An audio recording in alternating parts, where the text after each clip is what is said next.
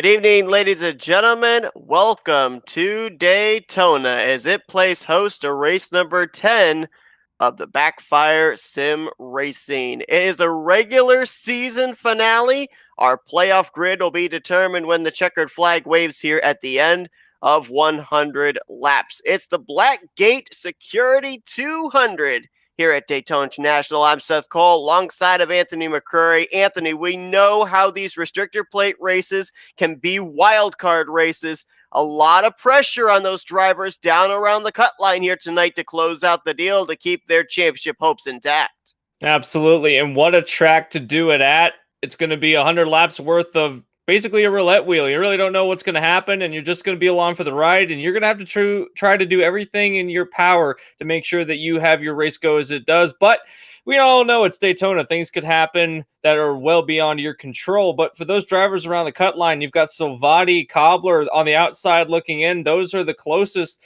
to the cut line. Bud Barnes and Christian Ruse, they need to stay on the good side of the cut line. They're only a couple points away from being passed by the two formers. So it's going to be a long race ahead, and there's more drivers that are lying for that cut spot as well. Yeah, last week it was looking like it was going to be a mano-a-mano between two drivers for that 16th final position, but there have been some developments from last week to this week. We'll document that here in a few moments, but it's time to go down trackside. Get ready for pre-race ceremonies. Let's turn it over now to Pastor Zach Woods as he delivers tonight's invocation. Let us pray.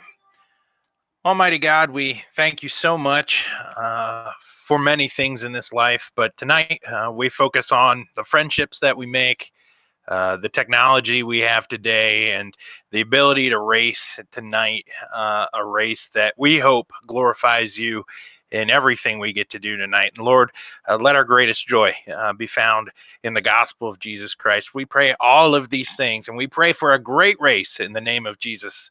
Amen. And now let's honor America with the singing of the National Anthem. Please welcome Raina Osby.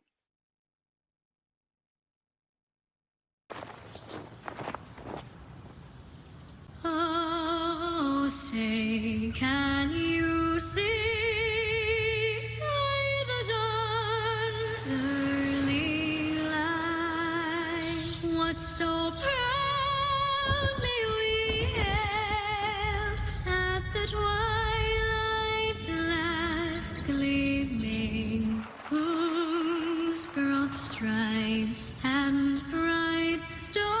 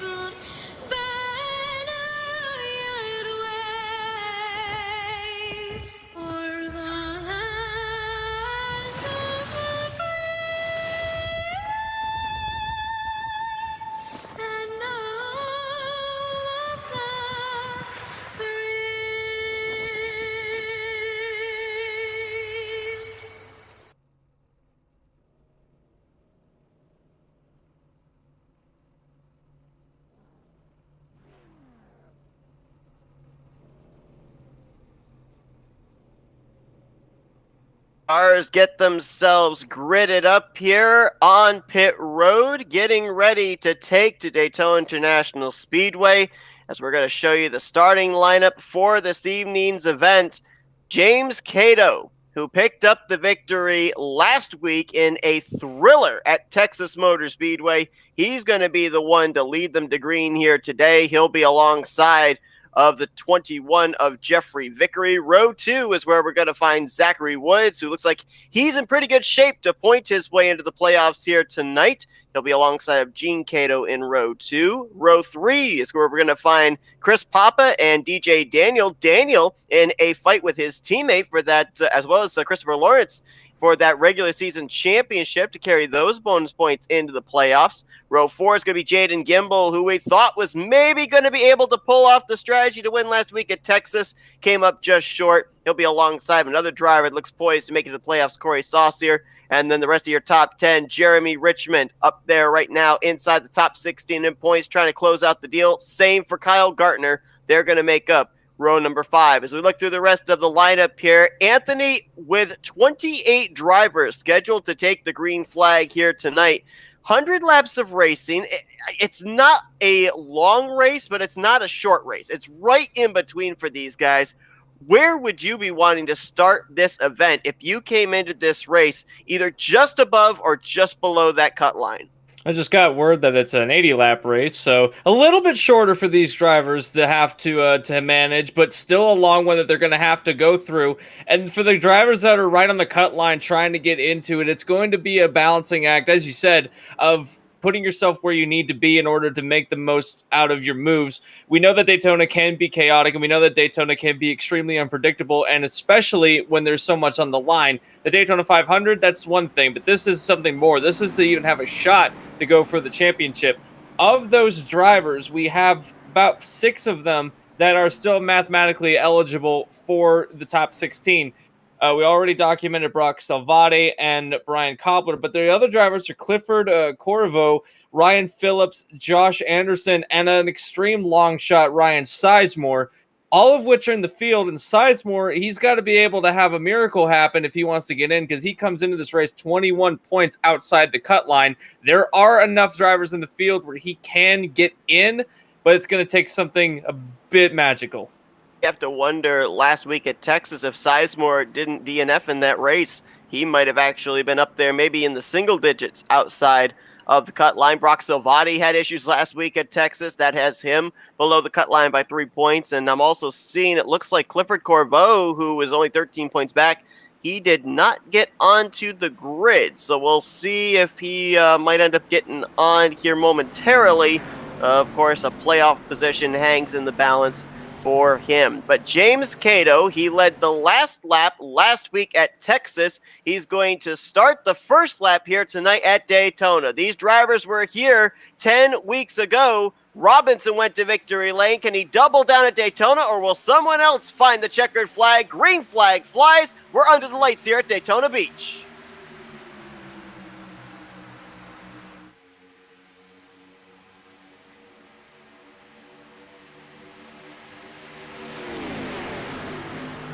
Relatively calm up here inside of the top 16, 17 cars. I saw 3 wide back there in the midway portion of the field. Now they settle out to double wide, and we're going to see a lot of this. That's the 12, I believe, that's dropping to the inside there. Gimbel going to the back. That is strategy, trying to fall back to where he thinks the safest part of the field's going to be, just in case the big one erupts towards the front. And the way that they're racing at the front, that's not a bad idea for a lot of these drivers. You can see a couple of others have gone to the back of the pack as well. 2 by 2 at the line. First lap's going to be led by Jeffrey Vickery, the 21. He's got a little bit of an edge on his competitor to the outside, being Gene Cato. James Cato also behind DJ Daniel, working his way up. Still 2 by 2 through turn 1 and 2. This is the kind of racing we're going to see all night long. With so much on the line for some of these cut line drivers and some of these drivers that want to stay within the top 16, it's going to be this kind of racing. You get to the front of the pack, try to make your moves wisely, but you all know that the front is where you need to be in order to have the best shot of staying in the top 16 or getting in the top 16. Another couple drivers dropping towards the back. One of those was the 8 of Ryan Sizemore, who, as we mentioned, is the long shot driver coming into this race. There's also kind of a race within the race here for the regular season championship. You've got three-time winners DJ Daniel and Matthew Robinson, as well as a guy who has led the point standings for most of this regular season in Christopher Lawrence. Those three are only separated by 11 points coming into this race. They're the only three that have a mathematical shot of leaving here tonight as the points leader. And again, as mentioned, you get those bonus points if you're the regular season champion, and that certainly can help you when the playoff points are reformatted next week. Especially if you have that kind of momentum going into the playoffs, it carries over, and we've seen it happen hand over fist. Sometimes champions are crowned at the beginning of a playoff section. So for Daniel, it's going to be one of those things. If he can stay out front and get out front, then he's got a good shot. There's a few drivers kind of getting squirrely at the back of the pack, but they settle it out. Oh, there was some contact between a green and a blue car at the back of the pack. Couldn't quite tell who that was. That was at the very end of this train here, but they settle it out as well. DJ Daniel, though, running on the outside line in 8th place, trying to find his slot inside. Not really been able to find a way to get to the inside, but he's been passed by Christopher Lawrence, which is on the inside, going the right direction in the 9 car. So having all these drivers being in close proximity of each other and only being 11 points separated, they still have to finish quite a bit distance away for them to have a shot. For Lawrence's case, it'd be 3 positions ahead, and for Robinson's case, it'd have to be about 12 points ahead minus bonus points. So they're close, but at the same time, it's a long hill for these drivers. A lot of drivers coming into this race that might just be in a self-preservation mentality. Looking there at the 60 of Zachary Woods right now holding down the 3rd position. He is 8th in points coming into this race, right in the center, if you will, of where the playoff drivers would be of your top 16. So if he can just leave Daytona here tonight up inside of the top 10, that would ensure he would be battling for the championship next week as they continue to battle back here. That's Cato on the top there, Gene Cato in the 2. And we got a caution. Noah Owens in the 88. Debuting David Modespaw in the 1. And I believe we had another driver collected up in that was going through the grass. I couldn't tell who it was. Could possibly be Santiago. I think you're right. It was a green machine. I think it was the 90 of Angel Santiago, who is another driver that came into this race, top 16 in the standings. Noah Owens was 13th in the current running order as far as the points were concerned. We'll go back to turn 3, see what happened here to bring out the caution for the first time tonight on lap number 5. I think we're going to add some more drivers to that overall tally. I don't think Santiago was involved. However, the Ford machine was involved. Got a little piece of the front end of what was happening between the 88 and the 1. Basically, the 88 just got loose. He did. He was in the middle, 3 wide there, it looked like. And that other driver you mentioned there, the 4, that would be Mark Morton, another driver making his debut here tonight. Actually, both he and Modespaw were the only 2 drivers making their first start on the season, and both involved in this first wreck. We'll go back, take another look here, and at the point that the 88 gets loose, he's not 3 wide. But when he starts getting out of shape, that's when he ends up getting in a 3 wide situation. I'm wondering if that just upset the car even more. I think he was a little late to turn to the left. I think he was reacting to something that the 25 was doing of Chrysler in front of him, because he kind of dodged a little bit to the left in reaction to Chrysler coming down the racetrack a bit, so may perhaps have turned the wheel a bit too much, upset the car, and then unfortunately Modespaw was up the top of the racetrack and just clipped him, and they sent them both into the wall. But hey, that's Daytona racing. Thankfully, though, there's only 4 cars involved. It was kind of in the middle of the pack towards the back. It could have been much worse. You never want to have a race end so early. Only on lap 7 is what, or that'll be lap 6 when this yellow came out. So tough break for both of them.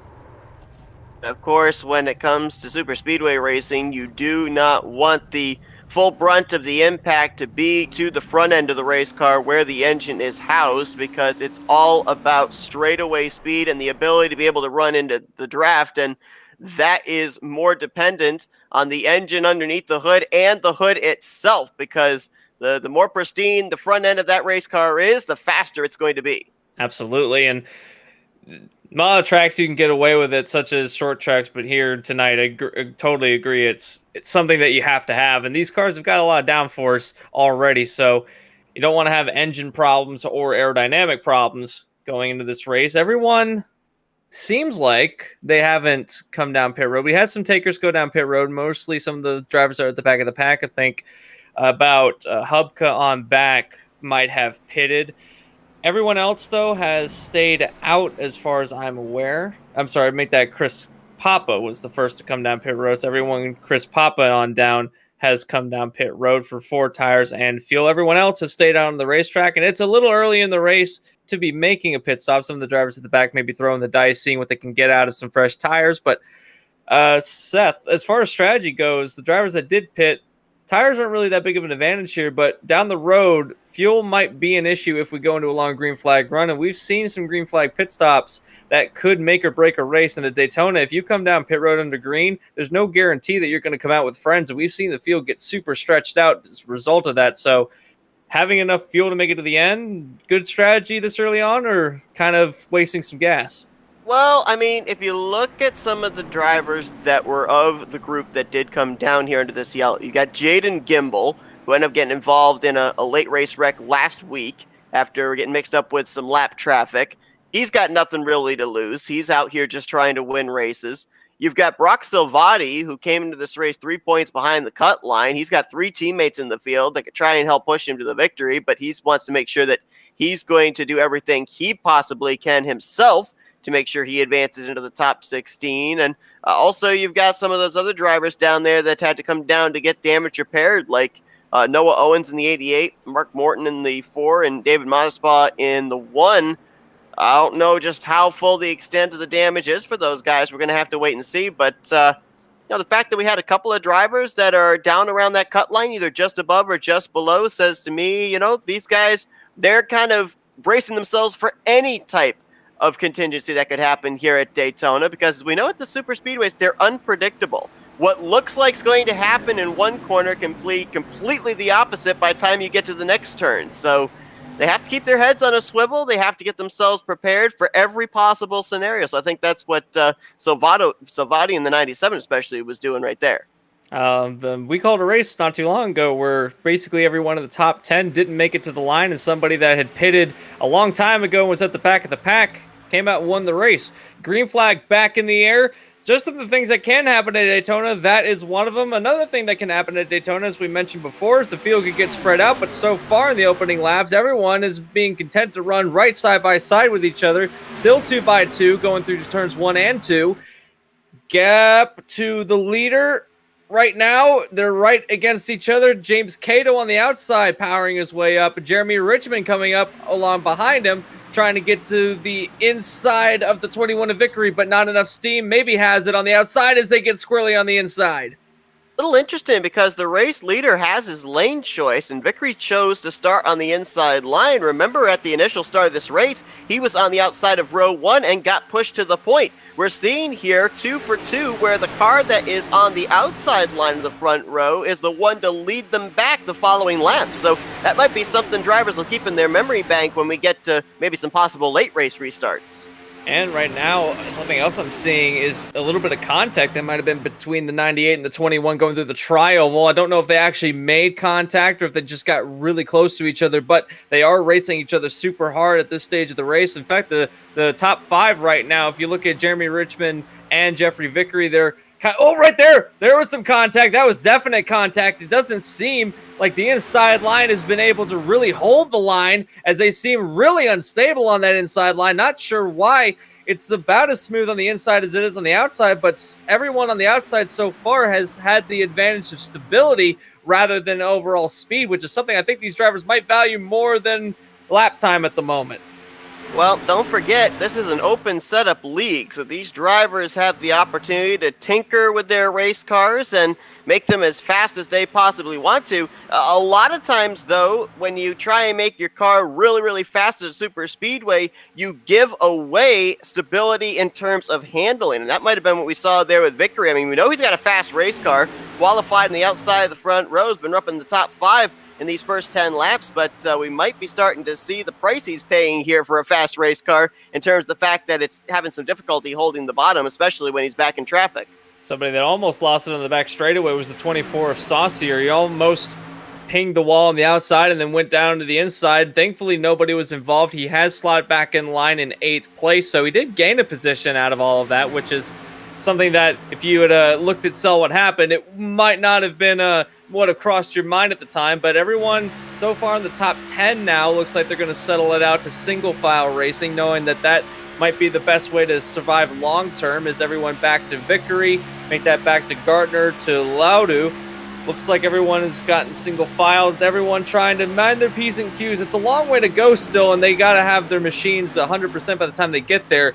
So I don't necessarily disagree with this strategy. Is someone went in the wall out of turn 4? It was a purple car. I couldn't tell exactly who it was, but no caution for it. It was Ryan Sizemore in the 8, our long shot driver, getting the wall off of the final corner. Everyone scattering to avoid him. He's going to drop back to 2030. We'll have a couple of cars behind him. I don't know if he'll be able to get up to speed and be able to use them to get back up to this lead pack, but early issues for a driver that needs a good run here tonight to have a shot of making it into the playoffs at the end of this race. That's unfortunate for him, as it just got 3 wide and pinged off of a car to the outside of him, and man, there's almost no room to make that work. I'm surprised that they were able to hold it as much as they did. Man, that could have knocked out a whole lot of contenders back there. As there was a lot riding on the 3 wide, and what had happened was he just got loose again. Same situation we saw earlier, except this time it almost cost a lot of damage, and that was Jordan Stencil, the car that he got into, the car that I think got the brunt of the impact as he took a shot well into the outside wall. And Stencil's on pit road now in the 64 machine, so this is obviously unscheduled. Tough break here early on for Jordan Stencil. Now, the good news is Daytona's a big enough track that even if he loses a lap, he probably won't lose a second. He would more than likely be in the lucky dog should we have a second caution come out. And I'm watching this battle up here inside of the top 5 there, Anthony. 3rd place, Christopher Lawrence. 4th place, DJ Daniel. Daniel, 3-point advantage over Lawrence for the regular season championship right now. As a matter of fact, last week at Texas was the first time that Christopher Lawrence lost the points lead since all the way back race number 3 at Auto Club Speedway. So Lawrence has been consistent. He's still looking for that first trip to victory lane. You almost have to wonder which is on his mind more here tonight. Is it trying to just remain consistent and get those bonus points for being the regular season champion? Or is it go out there and try and see if you can enter the playoffs with your first win of the season? Definitely the bragging rights will be on your side if you can win the race and leave the points leader going into the playoffs. Certainly being consistent has been the key to his success this season. Ever since back at race 3, he has had the points lead, except for now where he's lost it and it's only by 3 points. It just proves that sometimes you don't need to win a race in order to have the points lead. And I think that's a statement that he's been trying very quietly to just go in and race out with. I haven't needed to win a race in order to keep the points lead. And right now I'm only running 3 points behind the points leader, who has, I believe if I'm correct, multiple wins. So that kind of consistency is the consistency that'll win championships. And especially if they get to the playoffs, well, he is locked into the playoffs. It's mathematically impossible for him to fall out of the playoffs at this point.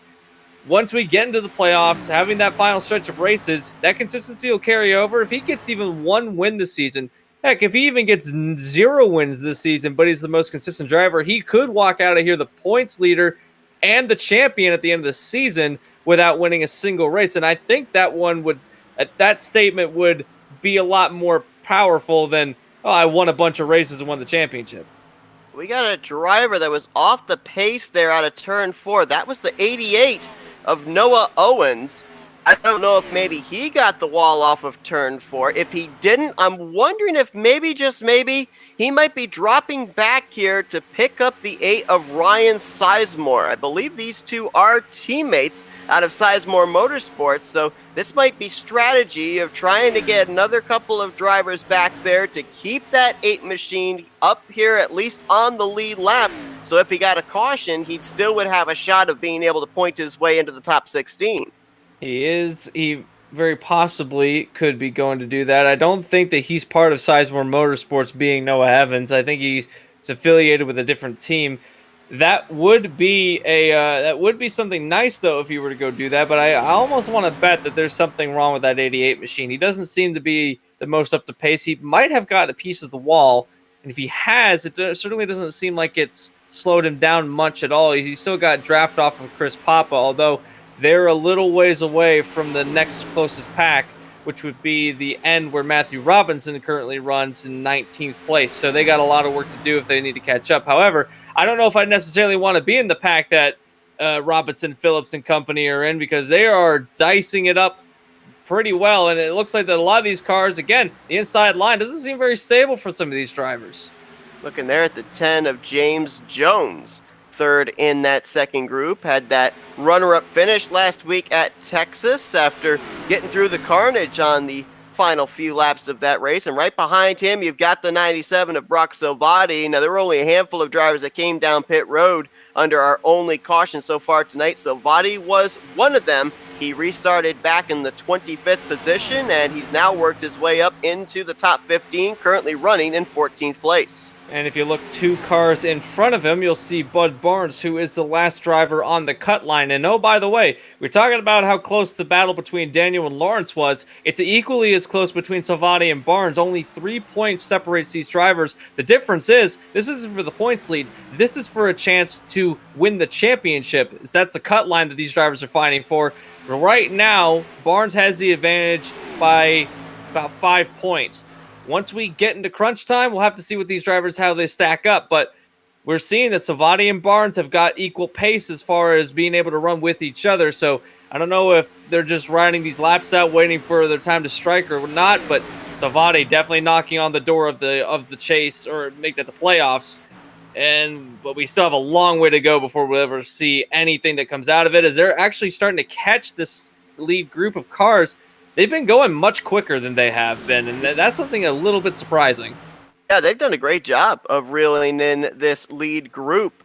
I think the top 10 had about a second and a half between themselves and 11th place on back, and now they are all a long train of about 17, 18 cars here, so things might get a little bit dicey when we end up having one group catch another group. That second group has so much momentum that they start formulating lines, and usually that's where we end up having the aggressive racing and potential contact leading to a wreck. Now, looking at our playoff grid coming into tonight, there's a couple of drivers that may not necessarily be in desperation mode that we're below the cut line, because I'm seeing some names that are above the cut line that are... 99's going around on the inside. It's already cut you up, and Robinson's gone to the inside, pounded the inside wall, and is stopped on the entrance to pit road. No yellow yet. He's rolling back on the race circuit. I don't think we're going to get a yellow. No caution, as Ryan Phelps in the 43 was the other driver that I think got involved with him but did not hit anything. Robinson now brings his car to pit road. The defending winner here from earlier on this season at Daytona has run into issues here a quarter of the way through. I think he just got a little bit too low on the racetrack. Didn't really know exactly where he was, or didn't know if he was clear or not, but definitely came down into the 43. Now, he had a big run, did the 43. And I don't think he just ever got off. He never lifted, and then that's a hard shot to the inside wall for the 99. That might be race over for Robinson, and that's a shame too. Contact was with the back end of the race car.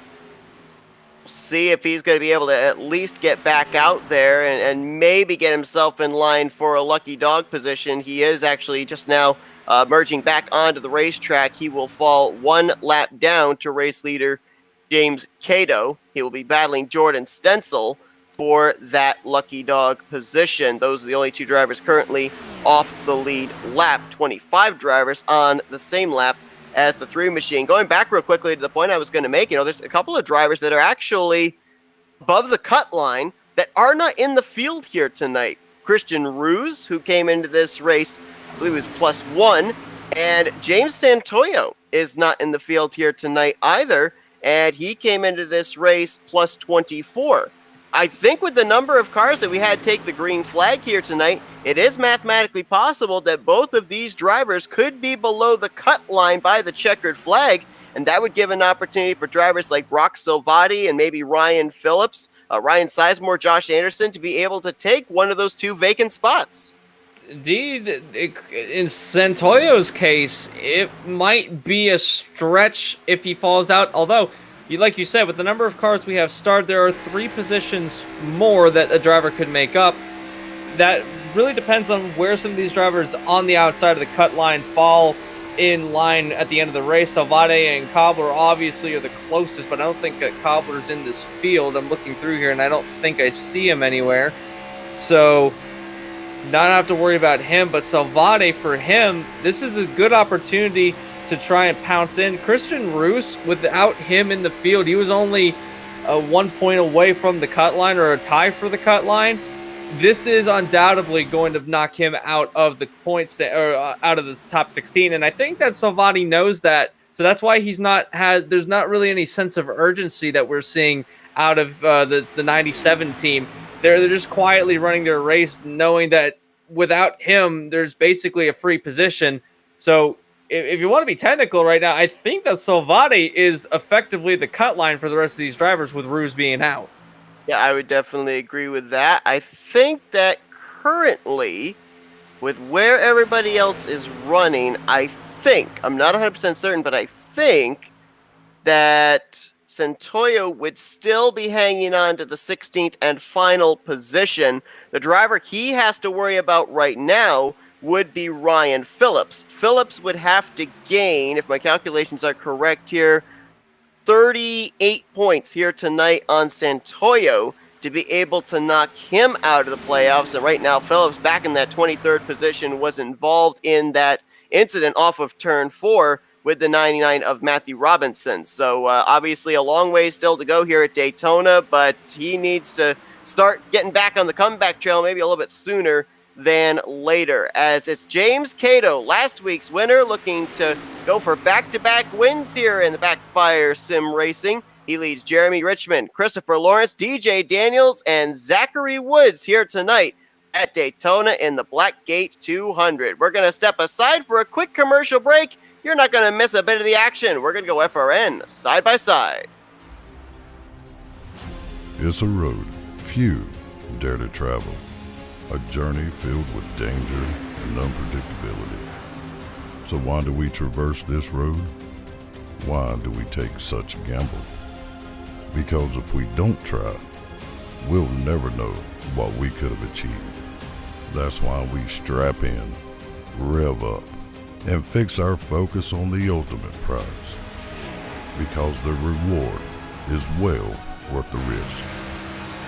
The 2021 NNSCRA Daytona 500, Saturday, February 20th, exclusively on Flatout Racing Network.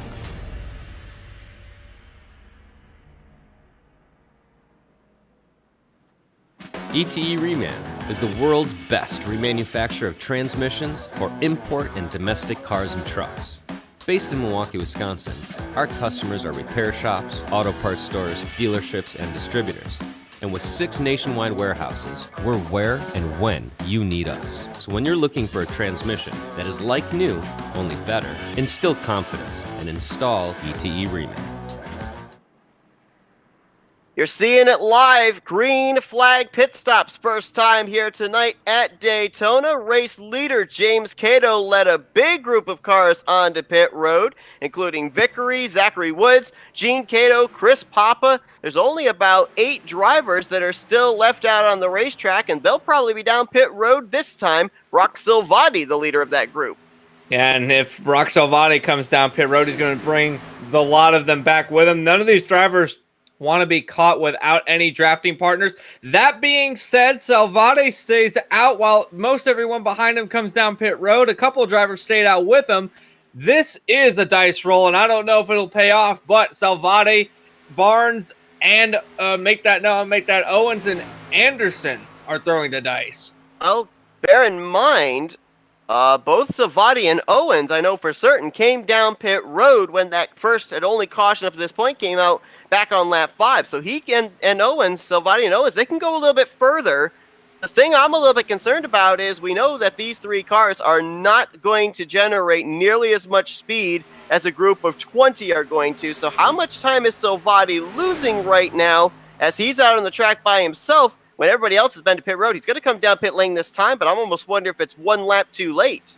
Now he's going to be all by himself, as I don't think anyone came down back with him. So the time that you lost is going to be pretty astronomical. Now, that being said, there were a lot of checkups coming down onto pit road when that stop was starting. So perhaps it won't be as bad as, say, it could have been. He might not lose that many positions. However, he's not going to stay the lead as the 98 of Richmond is rounding turn 4, barreling down to the front straightaway. He won't be the leader, but he won't be last. So I think that's pretty good news for the 97 crew, as right now he's out. Here comes the interim leader. Noah Owens is actually the leader of this race at the moment. I believe he was one of those drivers that stayed or came down pit road earlier when he was involved in the incident. I don't think he's got any worries of coming down pit road at the moment. Yeah, I think we'll probably see him on pit road in the next 5 laps. Same for David Modespa and Mark Morton. All 3 of these drivers were back on pit lane on lap number 5. Well, we know that Daytona, they carry speeds of over 180 miles per hour in the draft. And when you have to get that car down to 55 miles per hour to pit speed, the police are out there with their radar guns. And a big one was busted for speeding on pit lane. The guy who came in, the cutoff line driver, the 83 of Bud Barnes, too fast on pit road, had to sit in his pit stall for a penalty, and he is now returned to the track 25th, 1 lap down. Now, what he'll want is a quick caution to come out so he might be able to get back onto the lead lap. He's not going to be the first driver a lap down. However, that honor goes to Chris Papa, who would be the first car lap down in 22nd. The 88 of Owens is on pit road. I don't think he could have ran around the racetrack that much longer. He did have plenty of fuel. He could have gone a little longer, but knowing what's at stake, I think it's a smart move to come down pit road. Now as Jeremy Richmond and company come across through turn 4 down to the tri-oval, all 4 of them, and that's what we were talking about earlier. The race has gotten pretty spread out, and right now it's a 4-car quartet of Richmond, Daniel Cato, and Salvati, apparently. So that my timing screen just updated. There is actually a lap car in the mix of all this. And I believe that lap machine, if I'm not mistaken, might be the 90 of Angel Santiago. No, Actually, it is not. The 83 of Barnes. You're right, it is. Bud Barnes, the car that is last car 1 lap down in 25th place. We've got 2 cars that are 2 laps down right now, according to the scoring. Ryan Phillips and Jordan Stencil. And bear in mind that the 99 Matthew Robinson, while he is scored -1, he will actually be having to come to pit road somewhere in the next 14 laps. With this green flag pit stops, we pretty much got the fuel window now projected about 25 to 28 laps is the farthest you can stretch it, which means with 47 laps to go, Anthony, there's at least 1 more pit stop in the future of each one of these drivers. And that will be a crucial stop because the field's gotten so spread out. Some of these drivers might want to throw the dice and see what they can do on the next pit stop. They won't have to take a full tank of gas on the last stop in order to make it to the end of the race. However, they will have to factor in the possibility of green and white checkers, which that throws in some more strategy. Tires, no tires. If you're taking full can of fuel, you might as well take tires. Who do you come down with? When do you come down? There's a lot of variables that are going into at least the last stop of the race.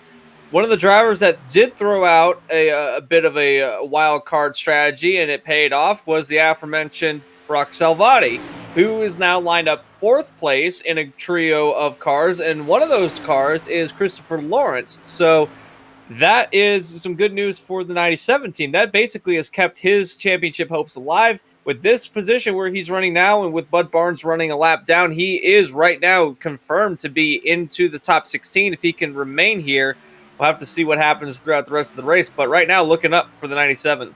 Yeah, right now, with where everybody came into this race, as far as the points are concerned, as far as the cut line is concerned, the fact that Ryan Phillips has had issues here tonight as well, it looks like Bud Barnes might still be in the top 16. The only change that has really taken place, looks like Christian Ruse would be falling out. Brock Salvati would be moving in. But we've still got more than half of this race to go. A lot of things can still change as far as those final spots in the playoffs. For the time being, though, Jeremy Richmond, who he's seen his teammates go to victory lane a total of 6 times this season, 3 for DJ Daniel, 3 for Matthew Robinson. Richmond saying, hey, I want my first trip to victory lane here. He looks like he's going to easily lock himself into the playoffs, but he'd like to join that win train, if you will, with JKR Motorsports. An illustrious win train as well. Number of races in, and there's only been 3 winners so far on the season. DJ Daniel, Matthew Robinson, and James Cato, the only 3 according to my sheet. So that is a bit impressive for that team to have so many wins locked up. So another one in the books would be perfect for Jeremy Richmond, as he's got his teammate Daniel lined up right behind him, as well as James Cato right behind him. So right now, the team's looking pretty at the front of the field, as they got 3 of their drivers running 1, 2, 3. And oh, by the way, you got some more teammates shortly behind as well. Yes, you do. You've got Salvati back there, and then the other teammate, Matthew Robinson. We've already documented his issues here tonight. Right now, he is running last car in the lead lap in the 24th position. Right at this point in time, it is looking like we may be settling into a long green flag run. We're going to kind of file through the different groups of drivers here. You've got a group of 3, well, actually 4 if you add in the lap machine of Bud Barnes. Then back here, you've got a group of about 7 drivers, a couple of lap machines intermingled in. This is 4th on back to 11th. Behind them, you've got a group of 3 with Simon Morrison, Shane Ledoux, and Gene Cato. Behind them, you've got a 2-car tandem of Ryan Sizemore, Angel Santiago, and then you've got a slightly bigger group behind them with Kyle Gartner, Noah Owens, and Zachary Kinsler. If you're looking right now, Anthony, are we kind of pegging that group number 2 as the place we would have to look at as the possibility of a caution coming out and pretty much saving a lot of these drivers' races, bunching everybody else back up? It's about to be that full group of cars, because right now that second group is much quicker than the lead group. They've been able to cut the gap down to under a second. Now they've got the draft from the drivers in front. They'll be able to swallow them up. So this lead pack of cars, definitely the trouble spot that we're going to see for some dicing action is right now. Salvati not wasting any time. He's going up to the outside line of the lap machine of the 83 of Barnes, trying to put him behind himself, although I think he got left out to dry, because here comes the inside train, and that is what you don't want to have happen. No friends, you're not going anywhere. And he is going to drop from 4th all the way back, probably at least to the 11th position, unless he can find a way down in line. I was actually just noticing the team cars there for JKR Motorsports. You can tell who is who just based on the colors of their machines. They're all running a similar scheme, but different colors. Richmond with the blue, DJ Dan with orange, red for the dropping Brock Salvati, and green for Matthew Robinson. So a pretty cool concept here tonight, all those team cars. And that's something that you need when you're at a super speedway. You need team unity. So these drivers going all the way in that regard.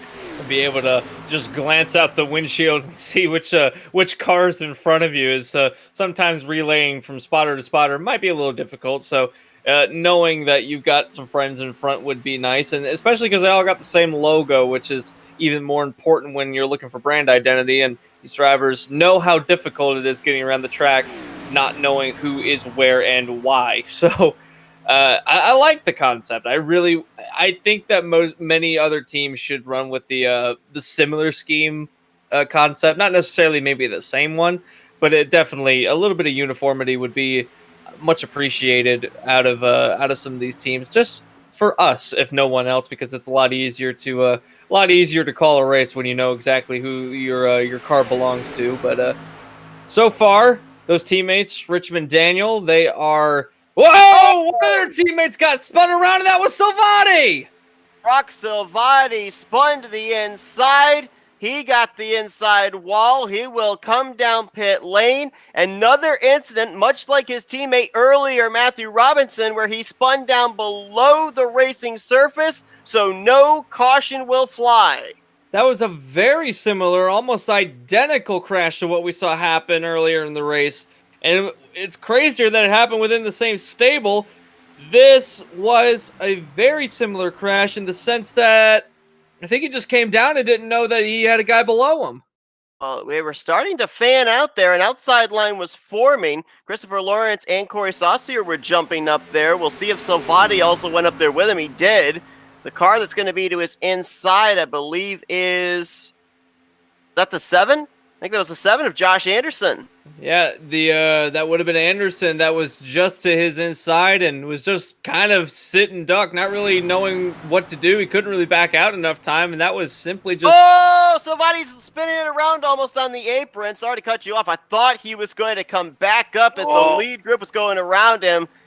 That car is not happy down there on the apron. He will bring it back up onto the racetrack safely, though. He's got a lot of severe rear-end damage. I don't think he was able to get that repaired in enough time. He just simply wanted to get back on the racetrack, I feel.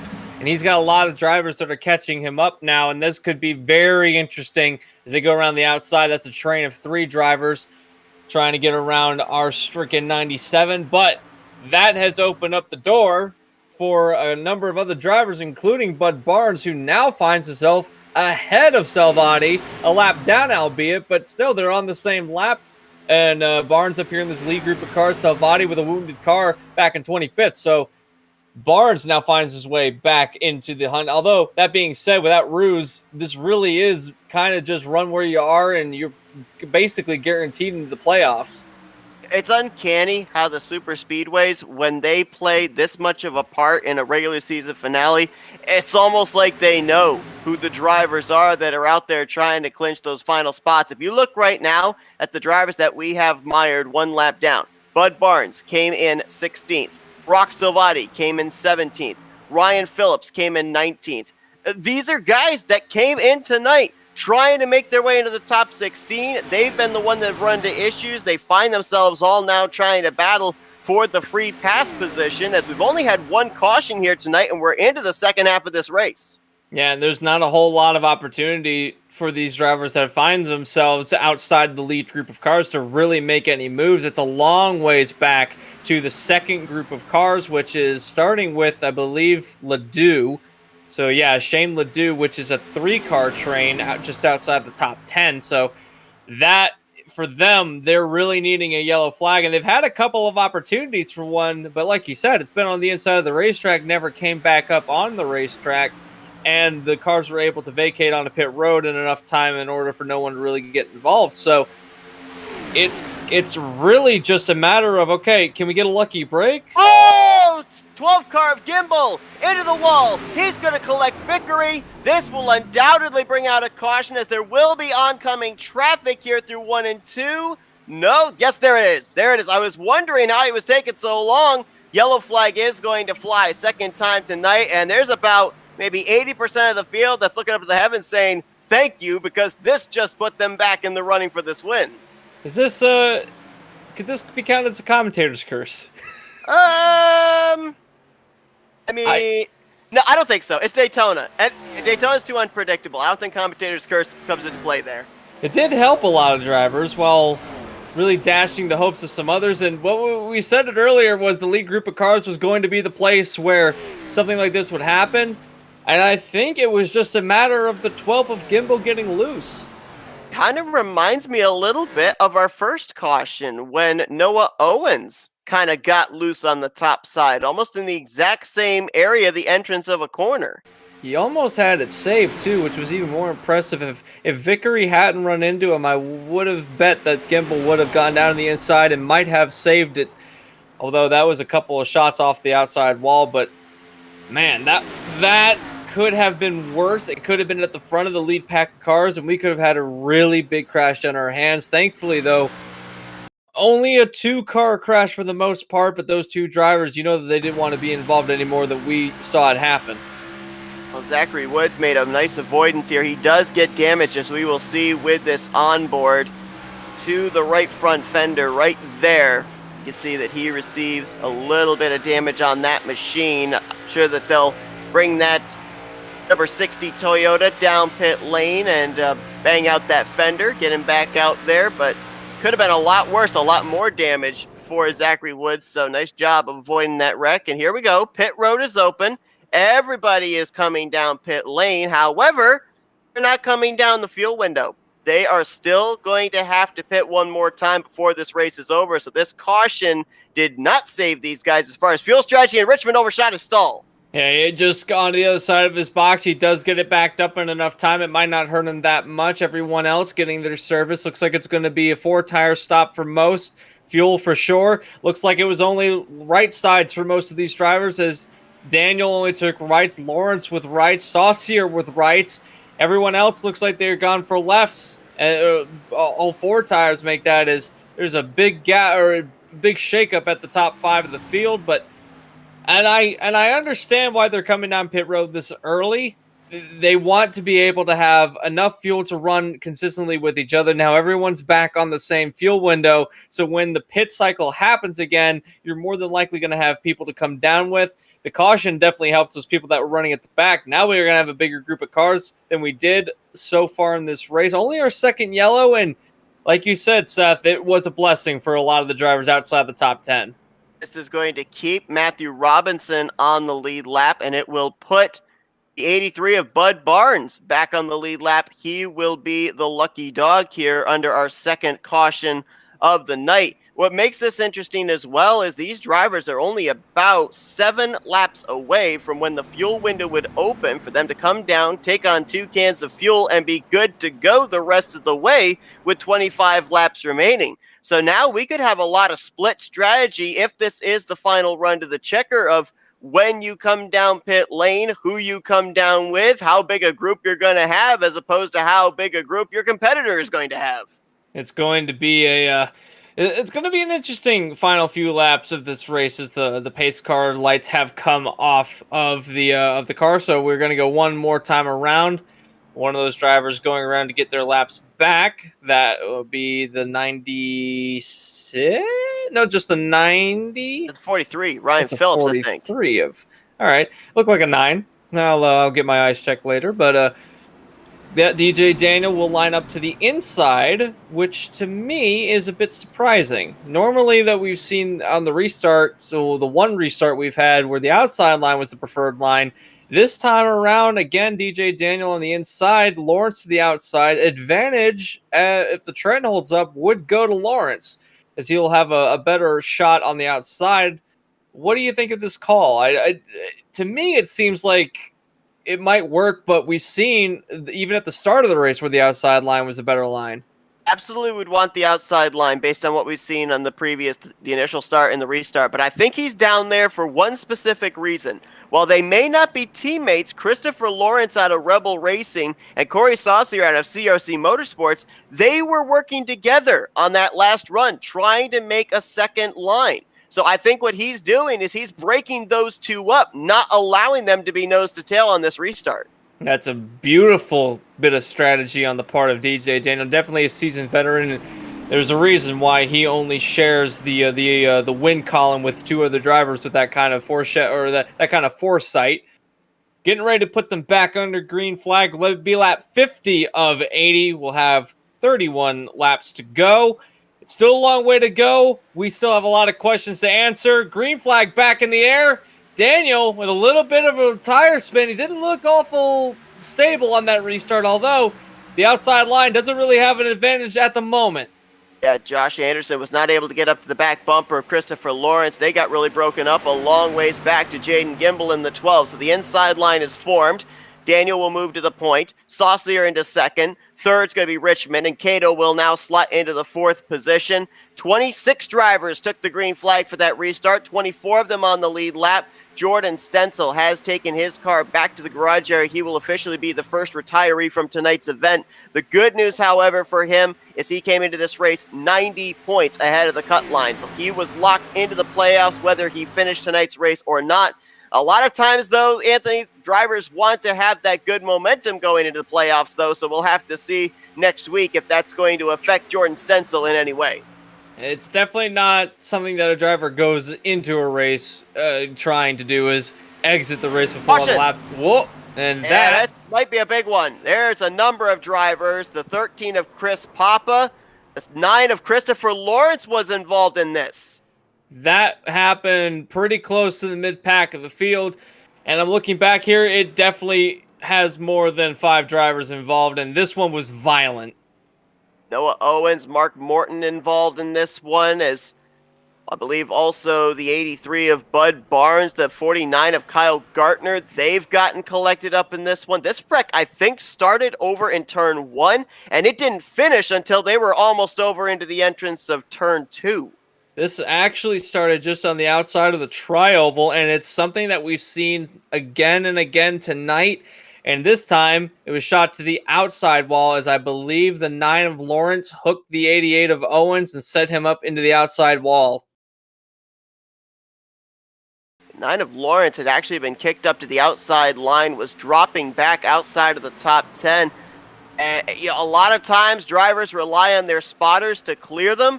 Looked like that was a case of self-clearance. Lawrence thought he was going to be able to tuck in behind the 88 and misjudged it. Absolutely. Not really. It's simple racing incident here. I don't think there's really anyone to blame. It certainly looked like a hook, but I don't think anybody was at fault. That was a hard hit that Owens took, and then everyone behind, the hard shot to the outside of the track for the 91 of Ledoux, and then the number of drivers compiling in, the 49 of Gartner. I believe the 43 of Phillips might have gotten a piece of that one. Just look at, if you're watching at home, look on the screen, and hopefully your favorite driver wasn't involved, because there was a lot of them. Chris Papa, we mentioned, was involved, and now that's a big tally of cars. That's the big one. We were expecting it, but we weren't expecting it to be, I think, that close to the front of the field.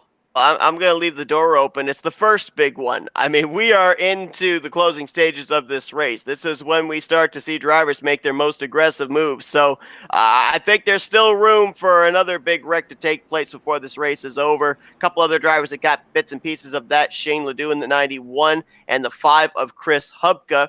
That's drawn a few drivers down pit lane that were around the latter half of the top 10 down through the remainder of the drivers on the lead lap. DJ Daniel in the 96 is going to be on the apron here with Corey Saucier and Jeremy Richmond. Now, I'm wondering, they obviously had to stay low because this puts Brock Silvati back in the lead lap. He used the outside line to go around to get the free pass, but is there fuel concern here for these drivers? Are they thinking about stretching it the rest of the way? I mean, right now, the numbers that we have, there's no way they could save enough to get to the end. But maybe they know something we don't know. They had about 31 laps to run in the race when we took the green flag the last time by, and now, I mean, they stretched it to 28 laps with a yellow. We are getting another yellow here, so we're going to be able to stretch it 28 laps at the very least. That leaves, what, 2-3 laps on the table? Yeah, it's a stretch.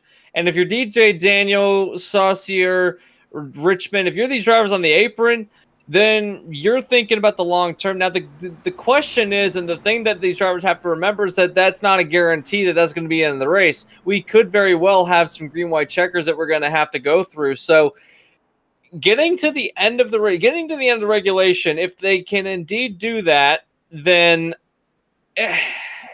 maybe a half a lap short would be what most of these drivers are looking at if they can save that much fuel. But like you said, Seth, it is a long shot. It's an extreme long shot. Tough break for Mark Morton, his debut here tonight in BackFire Sim Racing, as he will be finishing 26th in that Ford machine. He just brought that car to the garage area. Chris Hubka, an extended stay on pit road, getting damage repaired, and also an extended stay for Angel Santiago. Didn't see him get involved, but he might have gotten a piece of that wreck there in turn 1. Noah Owens is still on pit lane, getting damage repaired to his 88, and Ryan Phillips currently still scored 2 laps down. Still 2 drivers off the lead lap. 23 drivers going to be on the lead lap when we go back. Green flag racing. DJ Daniel, the leader. Corey Saucier in second. Third place is going to be Jeremy Richmond with James Cato in fourth. Gene Cato lines up in fifth. Simon Morrison sixth. Then it's Ryan Sizemore, Matthew Robinson, Josh Anderson, and James Jones, the remainder of the top 10. You know, one thing that we haven't talked about here so far tonight, Anthony, is those X-Factor drivers in more ways than one. You've got drivers that we know here tonight will not be able to point their way into the playoffs. They're too far back. They've made too few starts. but they still want to win this regular season finale just as much as anybody else. Also, they could have been someone that a driver that was near the cut line or that wants to have a win going into the playoffs that's going to make it into the playoffs might have been approached and said, hey, you know what, you help me, I'll help you. If you can get me up there to the front, I'll get you up to the front, and then, we'll settle it out here in the final lap between the two of us. One driver that's within the top 5 at the moment, Simon Morrison, and exactly in that position, 63 points behind the cut line. Mathematically impossible for him to get into the top 16, but still running very solidly up in the top 5, so we'll have to see what he can do in that number 34 machine. Green flag back in the air, entering turn 1. And more of the same, side by side, 2x2, all the way down up to about the 6th place position, and then they are single file behind them. But these drivers, they're getting into crunch time. We don't know what the fuel strategy can be like. What these drivers need, if they want to make their fuel strategy work, is that they need one more yellow flag. They just need one more that they can clutch on, possibly run without the engine on, and I think that might be enough for them to make it to the end. But so far, there's no sense of urgency to slow down. These drivers running at full tilt, knowing that, hey, it's a race. You can't go slow forever, and you certainly can't do it at a super speedway.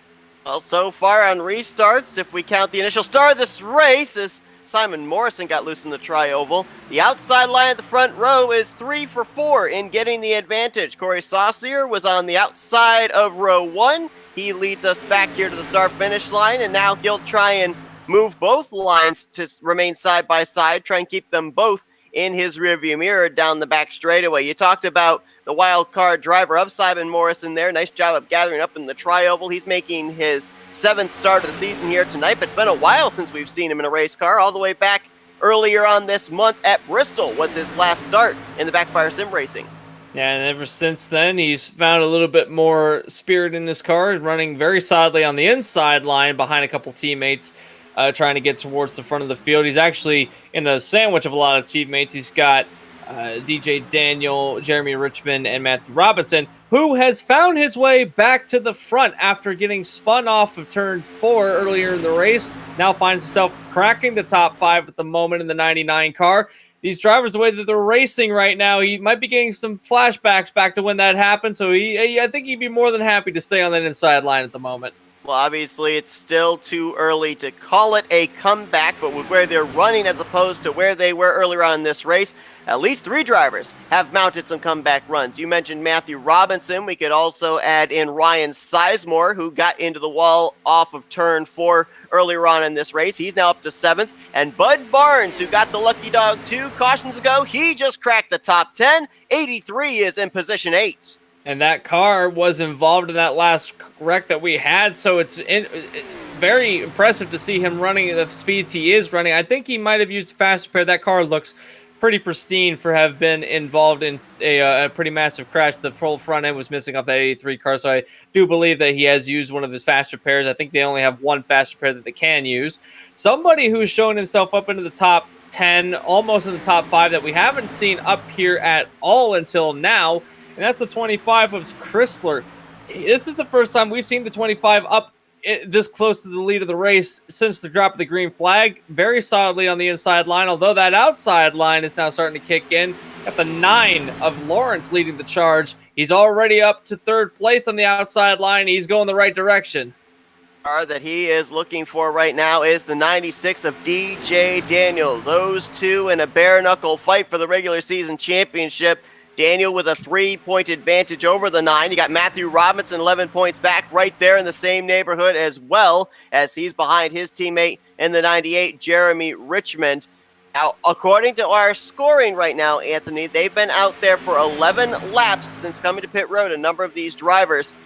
If indeed 28, 29 laps is the furthest they can go with that caution that we had, these drivers still, according to my calculations, they are going to be about 5 laps short of making it to the checkered flag if we don't get a yellow. If we get a yellow, undoubtedly everyone will come down pit road. That's problem solved.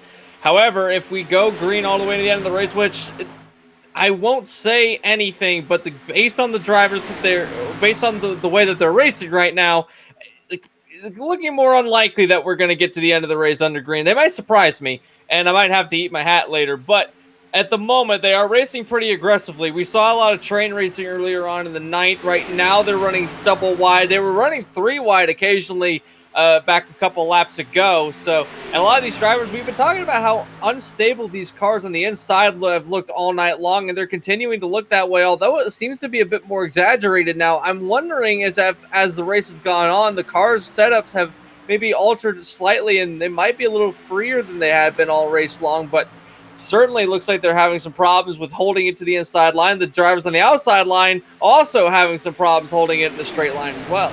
That's Bud Barnes, second on that outside line, and Chris Papa, fourth on the outside line, the 13, that both seem to have a little bit of an issue there. Almost came down into the drivers that were to their left, but they all keep it straight for the time being.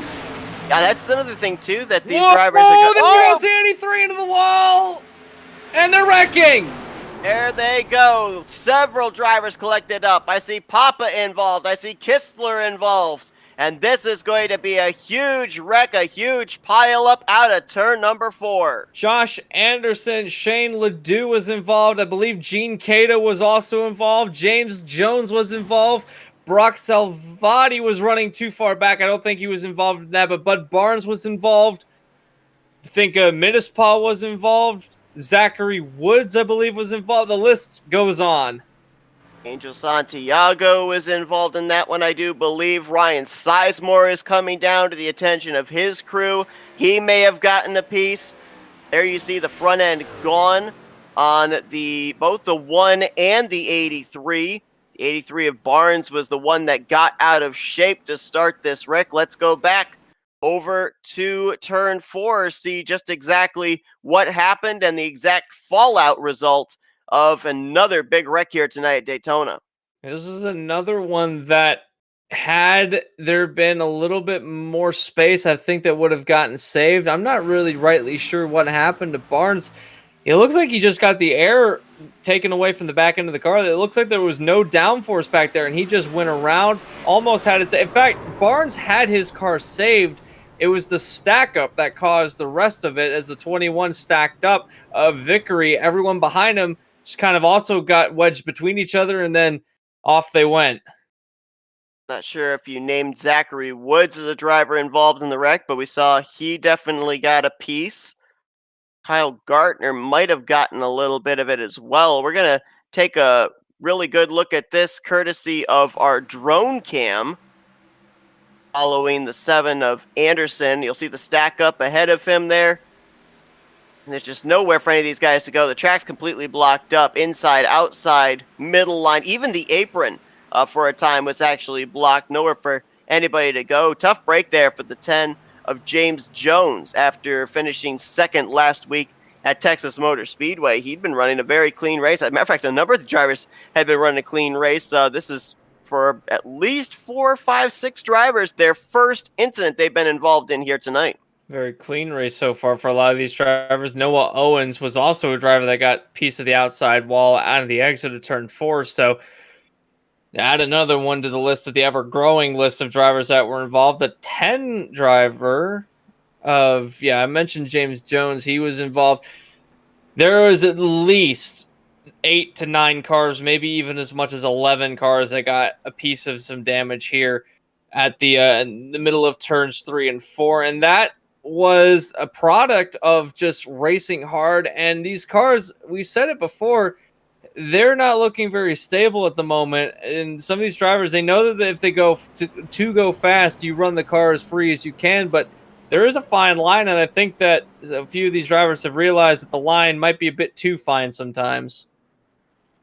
Ryan Phillips is going to get the lucky dog under this yellow flag, so he will be now 1 lap down in 24th position. And better late than never, Clifford Corveau has now entered onto the racetrack, albeit 59 laps down.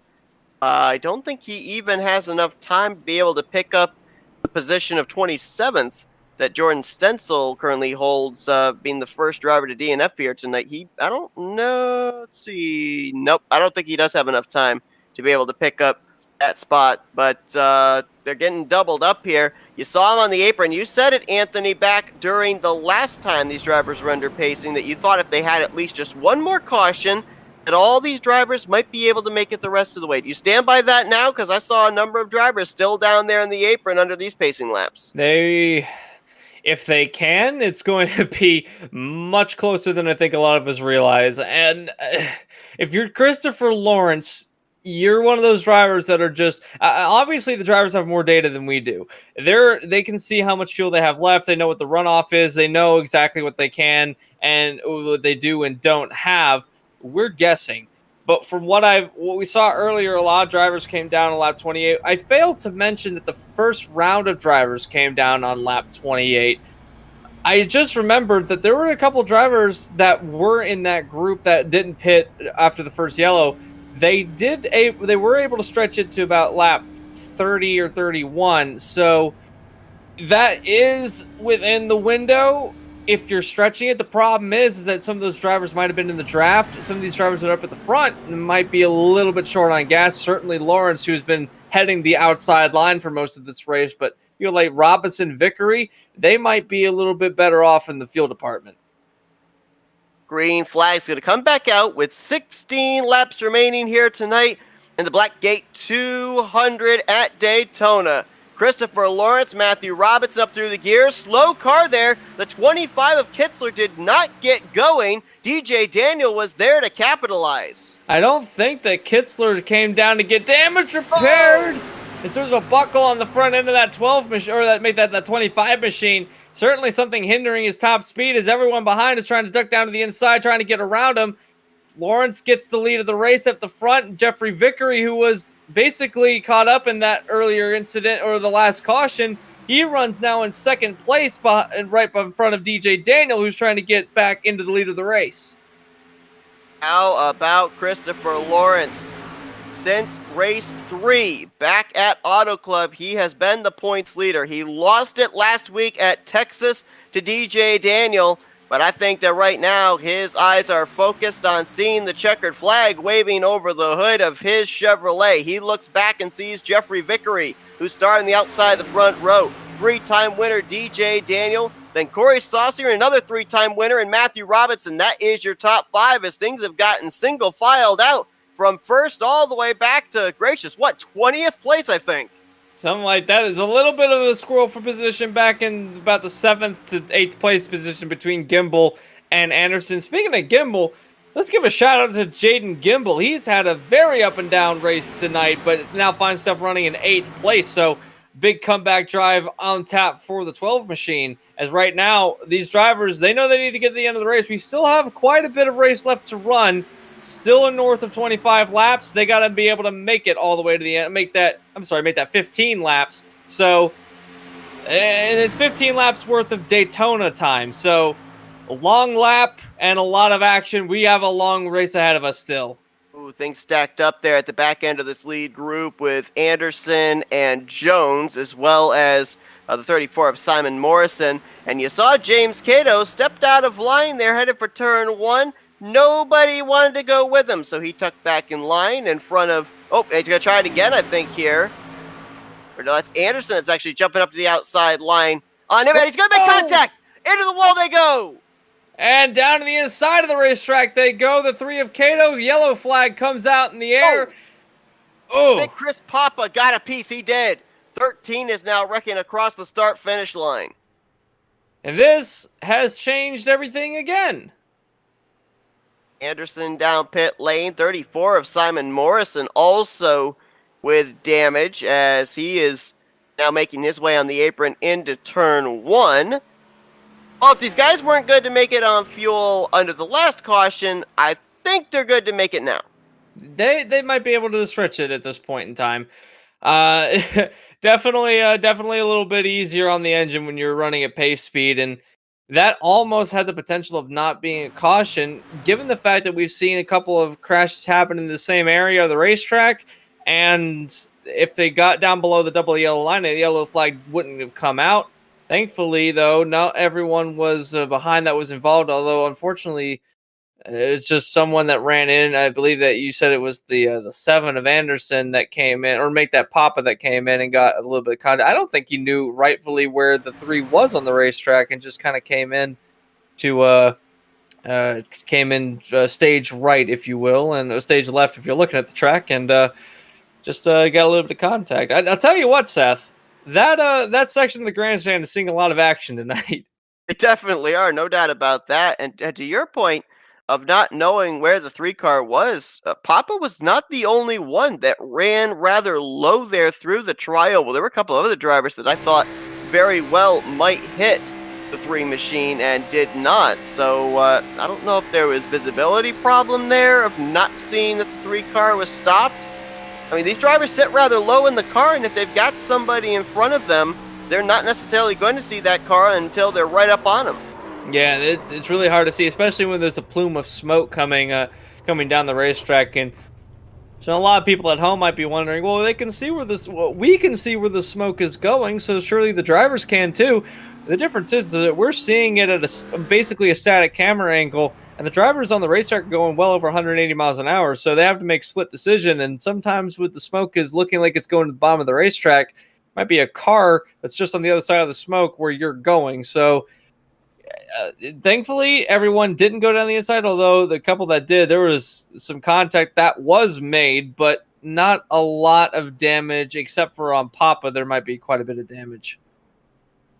Well, folks, if you're just joining us, we are getting ready for a restart with less than 10 laps to go here at Daytona for the Blackgate Security Agency 200. It is the last regular season race for the BackFire Sim Racing, and we are moments away from finding out who the 16 drivers that are going to be in the playoffs will be. Seth Cole alongside of Anthony McCrory. We are currently under the caution flag, waiting for the lights to go out atop the pace car to give us that 1 green signal to get us back to racing here and find that checkered flag. Your top 5 right now: Christopher Lawrence, the leader; Jeffrey Vickery in second; DJ Daniel, Corey Saucier, and Matthew Robinson, your top 5. 3 of those top 5 are looking for their first win of the season.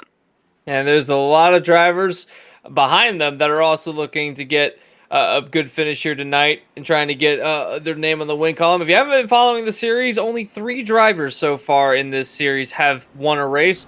DJ Daniel, Matthew Robinson, and James Cato, those drivers who have won a race. Out of all those drivers, the highest up in the point standings are DJ Daniel and Matthew Robinson. James Cato hasn't made a whole lot of starts this season, so finds himself back in 35th in the point standings. However, only one of the other 2 drivers to win a race so far this season, so that is a pretty good stat in and of itself. Top 10 is Vickery, Lawrence, Saucier, Daniel, Robinson, Gimbel, Gardner, Jones, Cato, make that Gene Cato, and Brock Salvati, which Brock Salvati is found his way back into the top 10 after going a lap down after being involved in a crash. No yellow was thrown for that crash, so he never really got to go back to the end of the field. Finds himself now in a 10th place position after getting a waiver or a lucky dog, and is trying to get into the playoffs. The driver that is most closely challenging him would be Bud Barnes, but with the absence of Christian Roos, both those drivers may punch their way into the final 16. This late race caution has opened up the door for Ryan Phillips' playoff hopes. Came in 14 points behind the cut line, was 2 laps down. He's now back on the lead lap, restarting in the 18th position. Can he mount a late charge here and clinch one of those playoff positions before the end of this race? We're about to find out. Green flag back in the air. Outside line only has 2 cars lined up with Vickery and Saucier. Inside line are better formed, but Daniel looks like he wants to peek up the middle there on race leader Christopher Lawrence. He was trying to get a little bit of a block going on. Now they're pushing each other down through turns 1 and 2. There's some contact in the midfield. Everyone's settling it out, though. This track is getting a lot more characteristics that we see sort of at like an Atlanta track, where the track is so slippery, these drivers are sliding everywhere. Everyone trying to find their groove in. They're trying to figure out what they can do. And in the midst of all of it, make that Jeffrey Vickery on the outside line is saying, all right, everyone on the inside battle. I'll take the lead of the race, although I don't think he'll keep it. He's too far away from the 24 of Saucier. He had a nice push from the 24 down the back straightaway, but now the inside line, the 9 and the 96 better formed up, and that's going to put Christopher Lawrence clear maybe for the race lead by the time they get to the start-finish line. Vickery says, nope, He's going to pull back to the outside into turn 1. You wouldn't think that the outside line would get that much momentum given the fact that the cars were so split apart, but I think part due to the fact that on the inside line, Vickery and Daniel, or make that Lawrence and Daniel, were battling so hard that it was kind of checking up the inside line. Now to the outside line, there goes Vickery. Corey Saucier's hooked up with him, and he's got a lot of drivers behind him, including the 49 of Gartner, who's now shown himself into the top 6. Now, Gartner's a teammate to Christopher Lawrence in the 9 machine. You got to wonder if those two can find each other and get hooked up before this race is complete, as a number of drivers still on pit road getting damage repaired, which says to me, Anthony, they may have already used their fast repair at this point. David Modespaw, James Cato, Josh Anderson, and Shane Ledoux all still in their pit boxes. Have been involved in at least 2 crashes so far tonight, so unfortunate that they were involved in this latest one and have to stay on pit road. They only get 1 fast repair, so if you use it early, well, you're stuck with it. And hopefully nothing bad happens this race, and a tough break for those drivers. But we got a big battle at the front of the field. Still 2x2 for the top 4. Make that to the top 5 now as he's trying to poke his way in. And that is Matthew Robinson, which, if you're just joining us, he's had a bit of a slinky of a race. He was as low as, I believe, 23rd at one point. Now finds himself in the top 5 after being involved in a crash without a caution either. Yeah, fell a lap down, got the lucky dog, and put himself back on the lead lap. Now knocking on the door of the top 5, trying to edge ahead of the 49 of Kyle Gartner. We did have a driver return back onto the racing surface, Simon Morrison, after he had a rather lengthy stop on pit road, and throw a blanket over our top 15. Right now, they are only separated by less than 0.8 of a second. And it's really close up in this top group of cars. We saw the race get spread out earlier in the race after a set of green flag stops. Not so now. Everyone right within eye shot of each other. So it's anybody's race at this stage of the race. We're coming down to get 6 laps to go. It's down to crunch time. Who can get to the lead of the race? Who can get into the playoffs? We have a good idea of who's on the way, but who's going to be the points leader? Who's going to win the regular season championship race? Right now, it's still DJ Daniel, but slightly.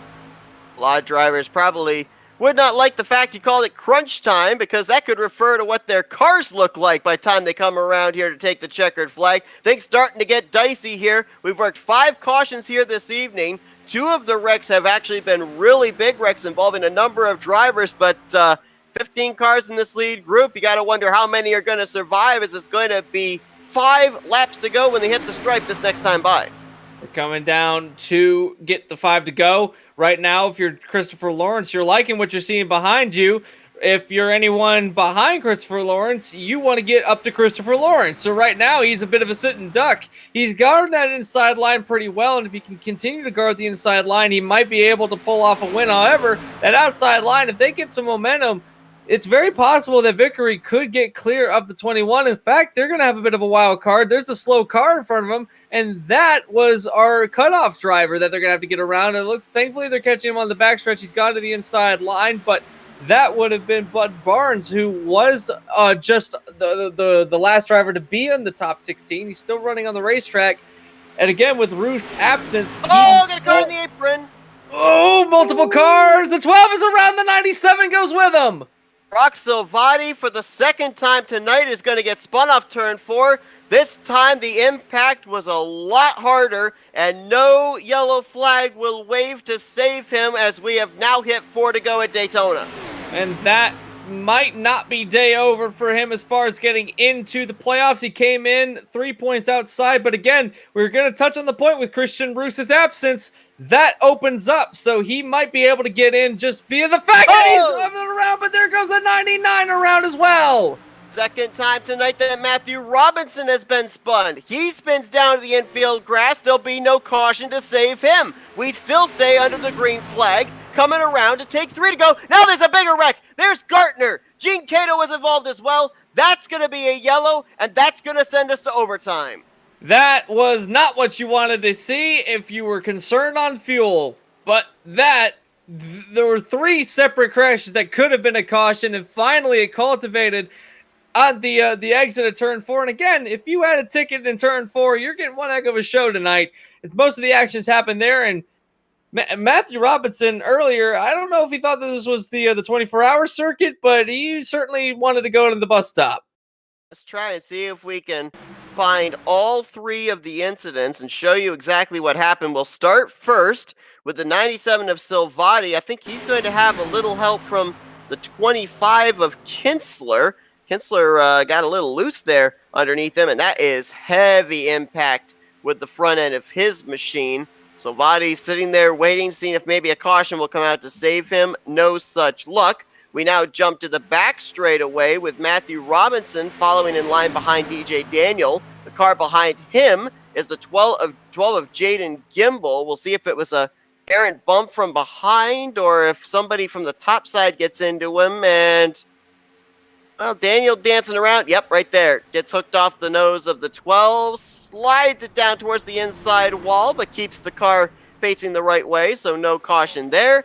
Then the 49 of Kyle Gartner. You see Corey Saucier out of shape up ahead of him. Oh, it was James Jones in the 10 that hooks him in the left rear quarter panel, sends him up into the 2 of Gene Cato, and not certain, but Ryan Sizemore, either he got a slight piece or he just barely squeaked through. It's a cavalcade of things that happened on the lap, and it ultimately ended up with a couple more wrecked cars. Now, this is kind of bad news for the 97 crew of Salvati. I don't know if he's been able to get back onto the racetrack. I think that he was out of fast repairs, but again, with Roos being out of the race, it might all be a moot point. But I think, as far as Gardner goes around, I definitely do think that the 2 of Gene Cato might have gotten a little help from the 60 on that exchange. And we saw there with the onboard that Ryan Sizemore did get a piece. So we could tally that up to a 4-car incident at least off of turn 4, bringing out the 6th caution of the night. So, as stated, this puts us into overtime. He talked about drivers that might be worried as far as fuel. Only 3 of them look like they would be in the party of the concerned. Race leader Christopher Lawrence has been out there for 26 laps, as has Jeffrey Vickery. And Matthew Robinson, who did not come to pit road here under this caution, despite that near spin we saw him have in the back straightaway, he has been out there for 31 laps. So that is not only the number of laps on tires, but the number of laps they have consumed fuel. Some of them under green, some of them under pacing. I mean, for Christopher Lawrence, though, right now, I think if I'm this 9 car, you've got to stay out. Even if you're close on fuel, because you're trying not only to win the regular season championship, you're also trying to get your first win on the season. You know you're locked into the playoffs regardless of the end result. You absolutely do. And he's not as close on fuel as I thought he was. I miscalculated. If the stint is 28 laps with 1 yellow, we've had at least 4 that he's been able to save fuel on. He's only on a 27 lap stint. Doesn't seem to have a sense of urgency like he did earlier in the race when he was on the apron of the racetrack. He's actually just running around as if it was a normal pace. So that says to me that he's probably okay with where he is on fuel. What concerns/doesn't concern me is the tires. We have seen at super speedways where tires kind of don't matter as much as other tracks, and not to say that they don't matter. They do matter. It's just that at a super speedway, if you have a couple laps older tire than another driver, the loss of speed is almost unnoticeable. So as far as that goes, I think that Lawrence is in the best shot. Again, he's going for the championship and his first win, as you mentioned.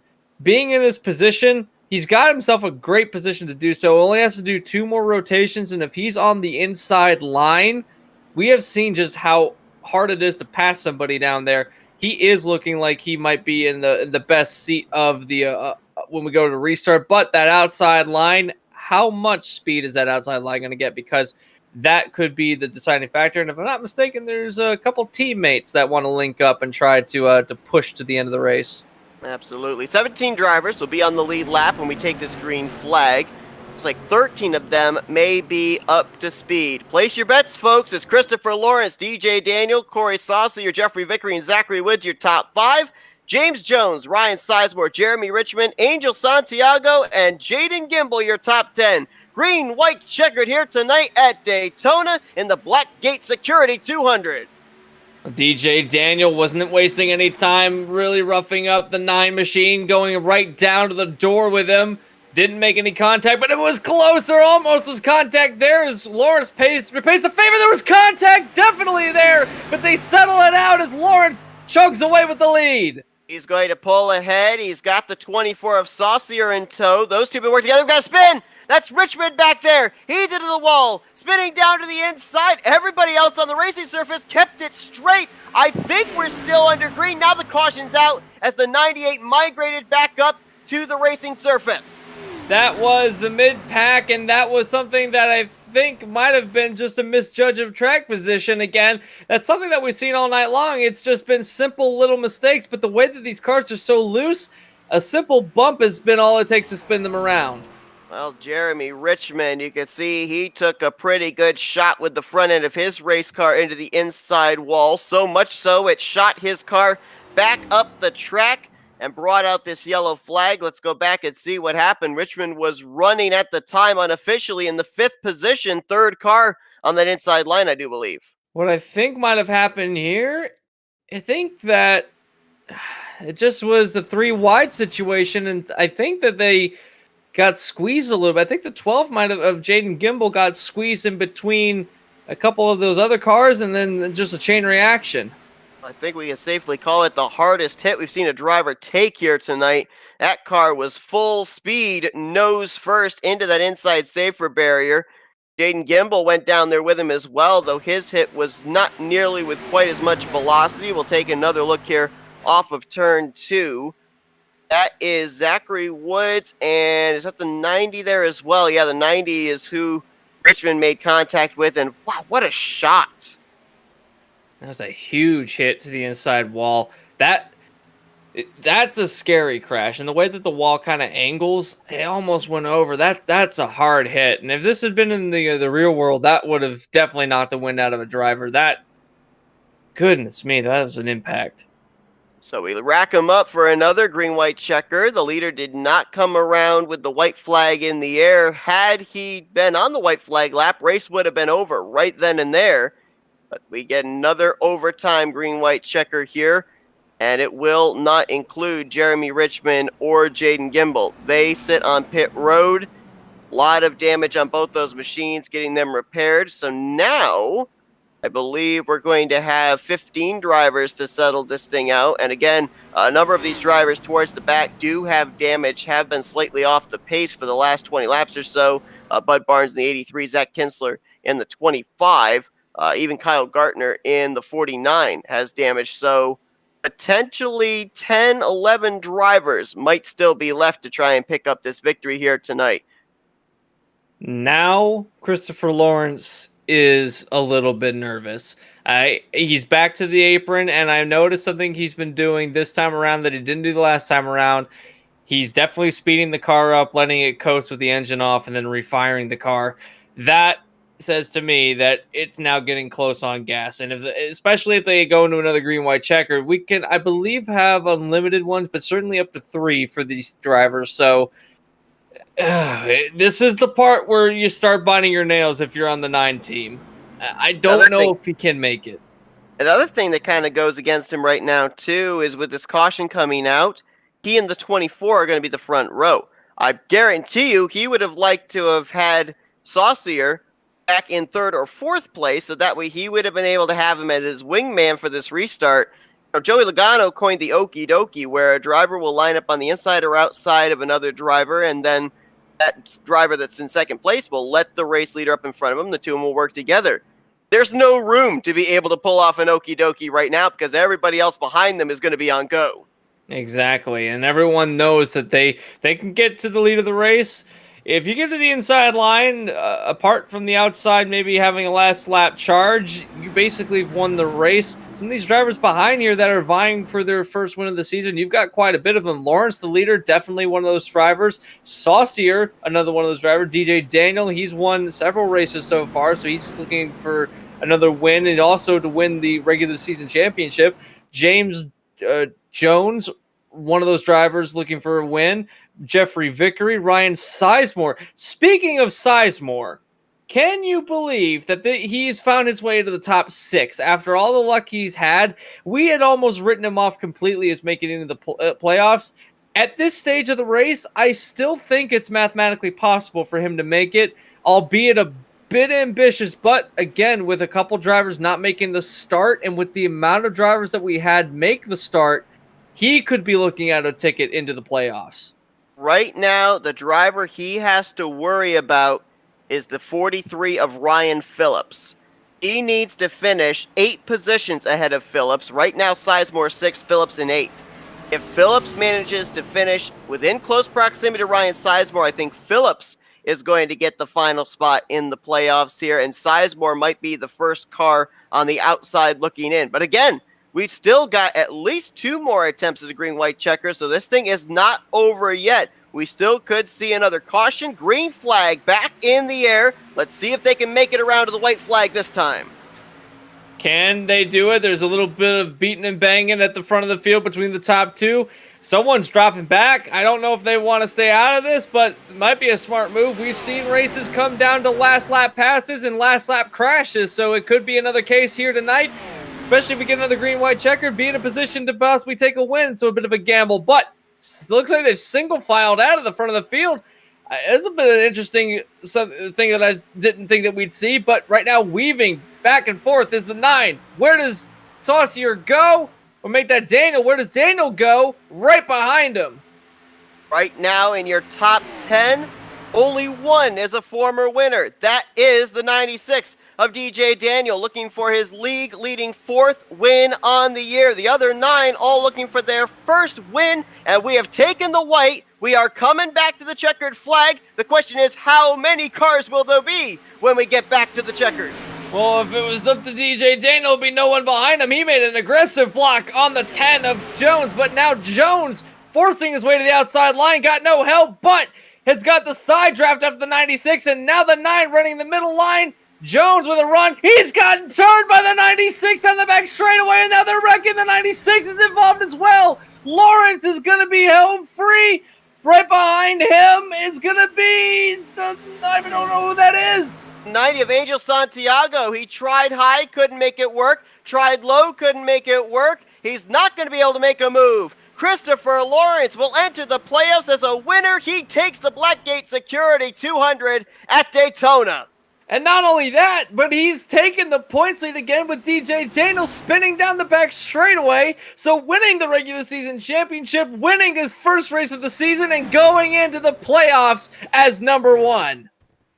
Got to do a lot of calculations here. Bud Barnes managed to finish in 12th. Ryan Phillips in 6th. And Ryan Sizemore is going to bring it home in 3rd place.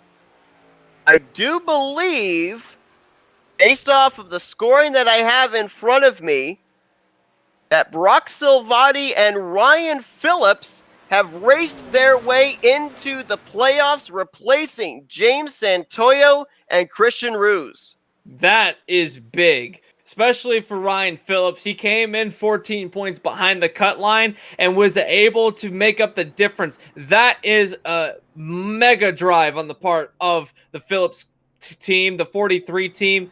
They will go to the playoffs. I'm excited to see what he can do in the playoffs, because he's been one of those drivers that if he just had some better luck, he might be able to put together a bit of a better showing. But man, seeing him in the playoffs after tonight, that's going to be special.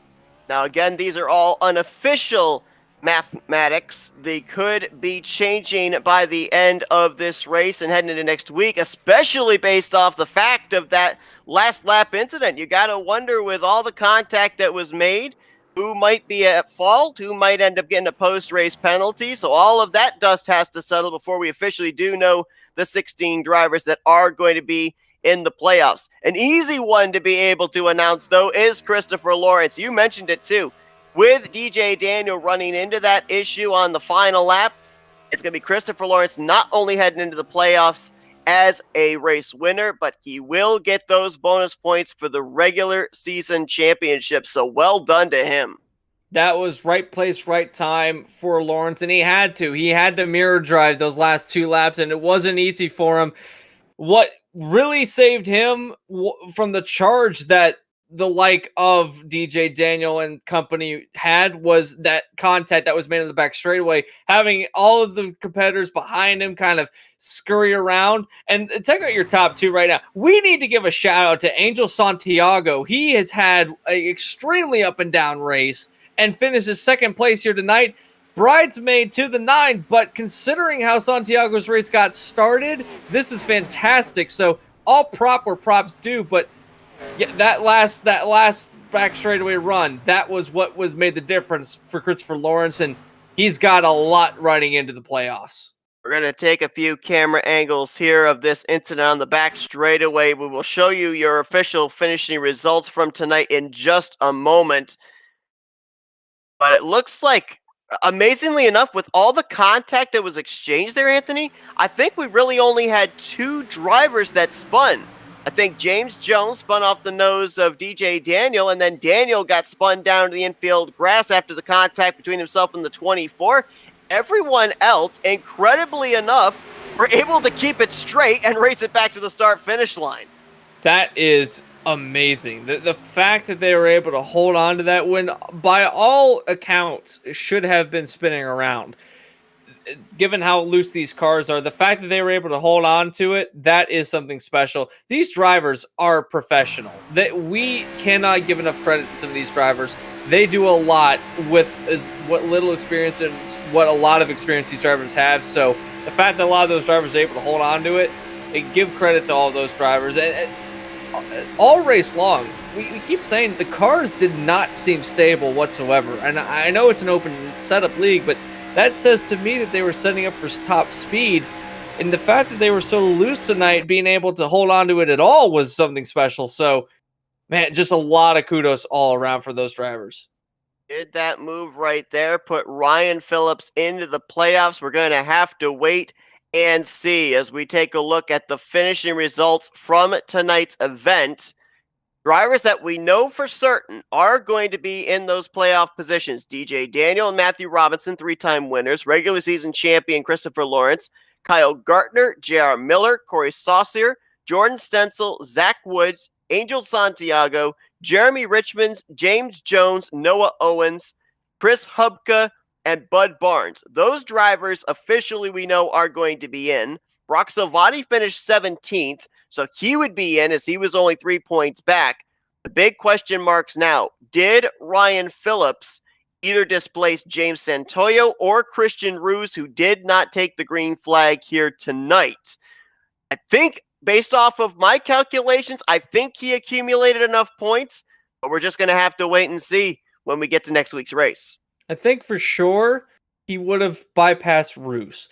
And the only reason I say that is because Roos didn't make the start tonight. Santoyo didn't either, but Santoyo had a bigger buffer going in. So if anything, it moved the cut line up 1 spot. And because Roos only had 1 point advantage over Barnes coming into this race, given that the cut line was right there, and with his absence and the fact that we had 28 cars take the start of tonight's race, Phillips is only 14 points behind. Roos has lost those amount of spots, has effectively lost a potential 28 points, meaning that if all the math is correct, Phillips is in, Salvati's in, Roos would be out, and Santoyo might have just held on.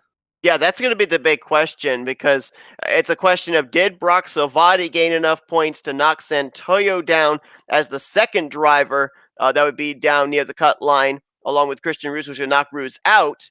And did Ryan Phillips accumulate enough points to be able to displace Santoyo? So you're right, Santoyo might just barely be hanging on to that final spot, but I guarantee you it's going to come down to single points between Santoyo and Ryan Phillips for that final 16th position. Of course, we have to wait for all the dust to settle as well here from the fallout of the final couple laps on this final restart tonight at Daytona to find out if indeed there is going to be even more of a closing of the points for that final 16th playoff position. These drivers are going to get a chance to catch their breath before we end up beginning the playoffs, though, as they will be at Charlotte next Friday night for the All-Star Race event. Let's see if now we can talk with some of the drivers that made it through the mayhem of that final green-white checker. Let's kick things off with the driver of the number 8 third place finisher Ryan Sizemore.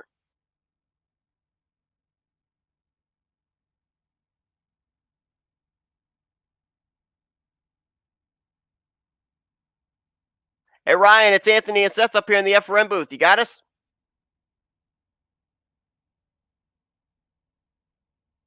Hey Ryan, it's Anthony and Seth up here in the FRM booth. You got us? No, I got you. Well, man, what a race you had here tonight. Bit of an up and down race here at Daytona, but that's why you run all the laps, because sometimes something good will happen. You were running about 10th position off of turn 2 there on that final lap. You crossed the line in third place. What was it like from the driver's seat of your race car? Like the Wild West, man. It was insane. Cars spinning left and right. I know the 43 got into me pretty good coming through the travel. It was wild, though. To get where I got, it kind of surprised me. There were people shuffling all around in front of us. Just trying to hold steady where we could, try to make moves on the last lap, which we did.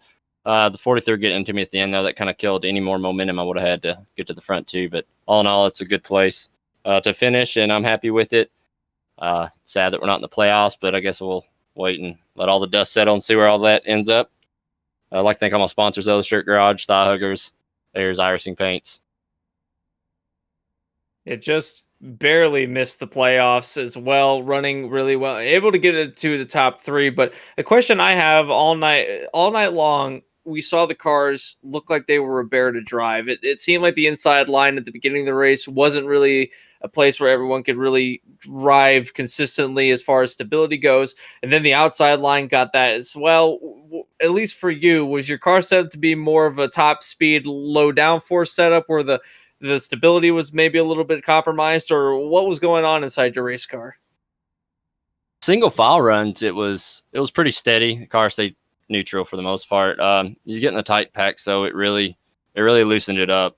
Generally, I'm used to running those tight packs. The car gets super tight on you, but I was fighting the ass end of the car coming out on me. Like I said, in the packs, it was weird. I guess the new update with the aero package has changed a few things, so it was definitely different. From when we ran the Daytona 500. It was a handful. I noticed a lot of guys really having trouble coming off the corner exits. But it looks like most of us were able to fight it out and keep it where we needed it. Obviously, we talked about coming into tonight's race. You were kind of the long shot driver. There were enough drivers in the field that you mathematically could point your way into the playoffs with a victory. How difficult, how much pressure is that on a driver, knowing that it's a wild card super speedway race that you got to kind of go out there in a must-win situation scenario? Plate races are kind of my thing. It's something I've prided myself on being good at for years, and I came into it with some confidence, knowing that that's one of the tracks that I could have a shot at. But as for the stress of it, it's a week-long thing. Preparing all week for it, stressing all week for it. You know that no matter how good you can run, your fate's not really left up to you at the end of these plate races. It's just kind of luck and where you put yourself. The stress is hard, and the nerves, coming down to the last couple of laps, they really get to you. You mentioned us catching our breath. I was out of breath after the race, so it's kind of a stress relief. The race being over, it sucks not being in the playoffs, but we'll go on into the playoffs, keep running, and work for next season. Well, after some early struggles, a great comeback for you here tonight, Ryan. Third place under the lights at Daytona. Congratulations. We're now going to give you the opportunity for some thank you sponsors and shout-outs. All right. Thank you, sir. I appreciate that. Like I said before, the Shirt Garage, Thigh Huggers, Ayers Irising Paint, Buffalo Springs Barbecue, my family, friends, teammate, Noah Owens. Like to thank Jeremy Richmond as well. We'd had a plan kind of to work together, and he got wrecked when it happened, but he was there to help me out. Thank you all for broadcasting. Thank BackFire putting on a great league, great race. Truly enjoy it. That's Ryan Sizemore. He's going to finish third place here tonight after the calamity of the final green-white checkered here at Daytona International Speedway. Congratulations on a great run, Ryan, and best of luck to you down the continuation, the home stretch here of the schedule. Appreciate it, sir. And let's see if we can now get our second place finisher here tonight. Another driver that had to mount a comeback through this race, Angel Santiago. Angel, it's Anthony and Seth up here in the FRM booth. You got us? I got you guys. How you doing today? Man, we're doing good. I'll bet you're doing even better, though. You had some early struggles here tonight at Daytona, but then you slowly, methodically worked your way back up to the front. Next thing you know, you're taking the checkered flag, finishing P2. How wild were those last couple of restarts? I think wild might be an understatement. I got involved in that last wreck. Thankfully, had saved my fast repair. Yeah, you certainly did know how to use the fast repairs to your advantage and was able to get back up into a position to get into the top 5, let alone second place. We saw earlier in the race that you were involved in quite a couple, at least a couple of incidences, and then found your way back into the pack. How easy was it to really mount a comeback, given the fact that these cars looked like they weren't too stable under a lot of traffic in front? Also, given the fact that most of the caution or most of the spins that happened didn't bring out a caution, so it's definitely a bit of an uphill climb. Yeah, some of those single car spins, it's on me. I kind of lay off a little bit too much, hoping not to get into anybody, and I lose the draft. Cautions came out at the right time, though, kept in the lead lap. And then I think being involved in that last caution wasn't the worst thing. Came in, put fresh tires, had a brand new car, and somehow went from 13th to second. We saw that you were right on the back bumper of Lawrence there going into 3 and off of turn 4. Saw you try and make a couple of moves. Was it possible? Was your car strong enough to be able to make the move by itself, or did you kind of need to have somebody behind you to help push you there? Was the setup or the way that the car is handled here tonight to make a move that you had to have somebody as a drafting partner? I had a way, I would have won it. So no, there definitely wasn't a way. These cars, the draft package just doesn't allow it. You have to have somebody behind you. So if you get it behind somebody, just that bubble behind them, there's nothing much you can do. I was hoping he'd run out of gas. He was real close, but I guess I'll have to be happy with second place. Well, nonetheless, great performance for you here tonight, Angel. Second place, congratulations. We're now going to give you the opportunity for some thank you, sponsors, and some shout outs. Appreciate it. Well, I mean, I got to thank you guys doing a great job on the broadcast. Love listening to it. The entire league, admins that put it together. My teammates at KM Motorsports, we do a great job practicing with each other, just talking to each other throughout the race. My paint scheme guy, Connor Strickland, close friend, amazing, beautiful looking paint scheme, and all my family that's always watching and supporting me. Angel Santiago ties his best finish of the season, a second place here tonight, and we will be seeing him in 2 weeks' time as one of the 16 drivers in the playoff field. So best of luck to you on that, Angel. Congrats on the great run here this evening at Daytona. Thank you, guys. I appreciate it. Once again, fantastic job on the broadcast. And last but not least, let's go down to victory lane. First time this season, Christopher Lawrence is a winner in the BackFire Sim Racing.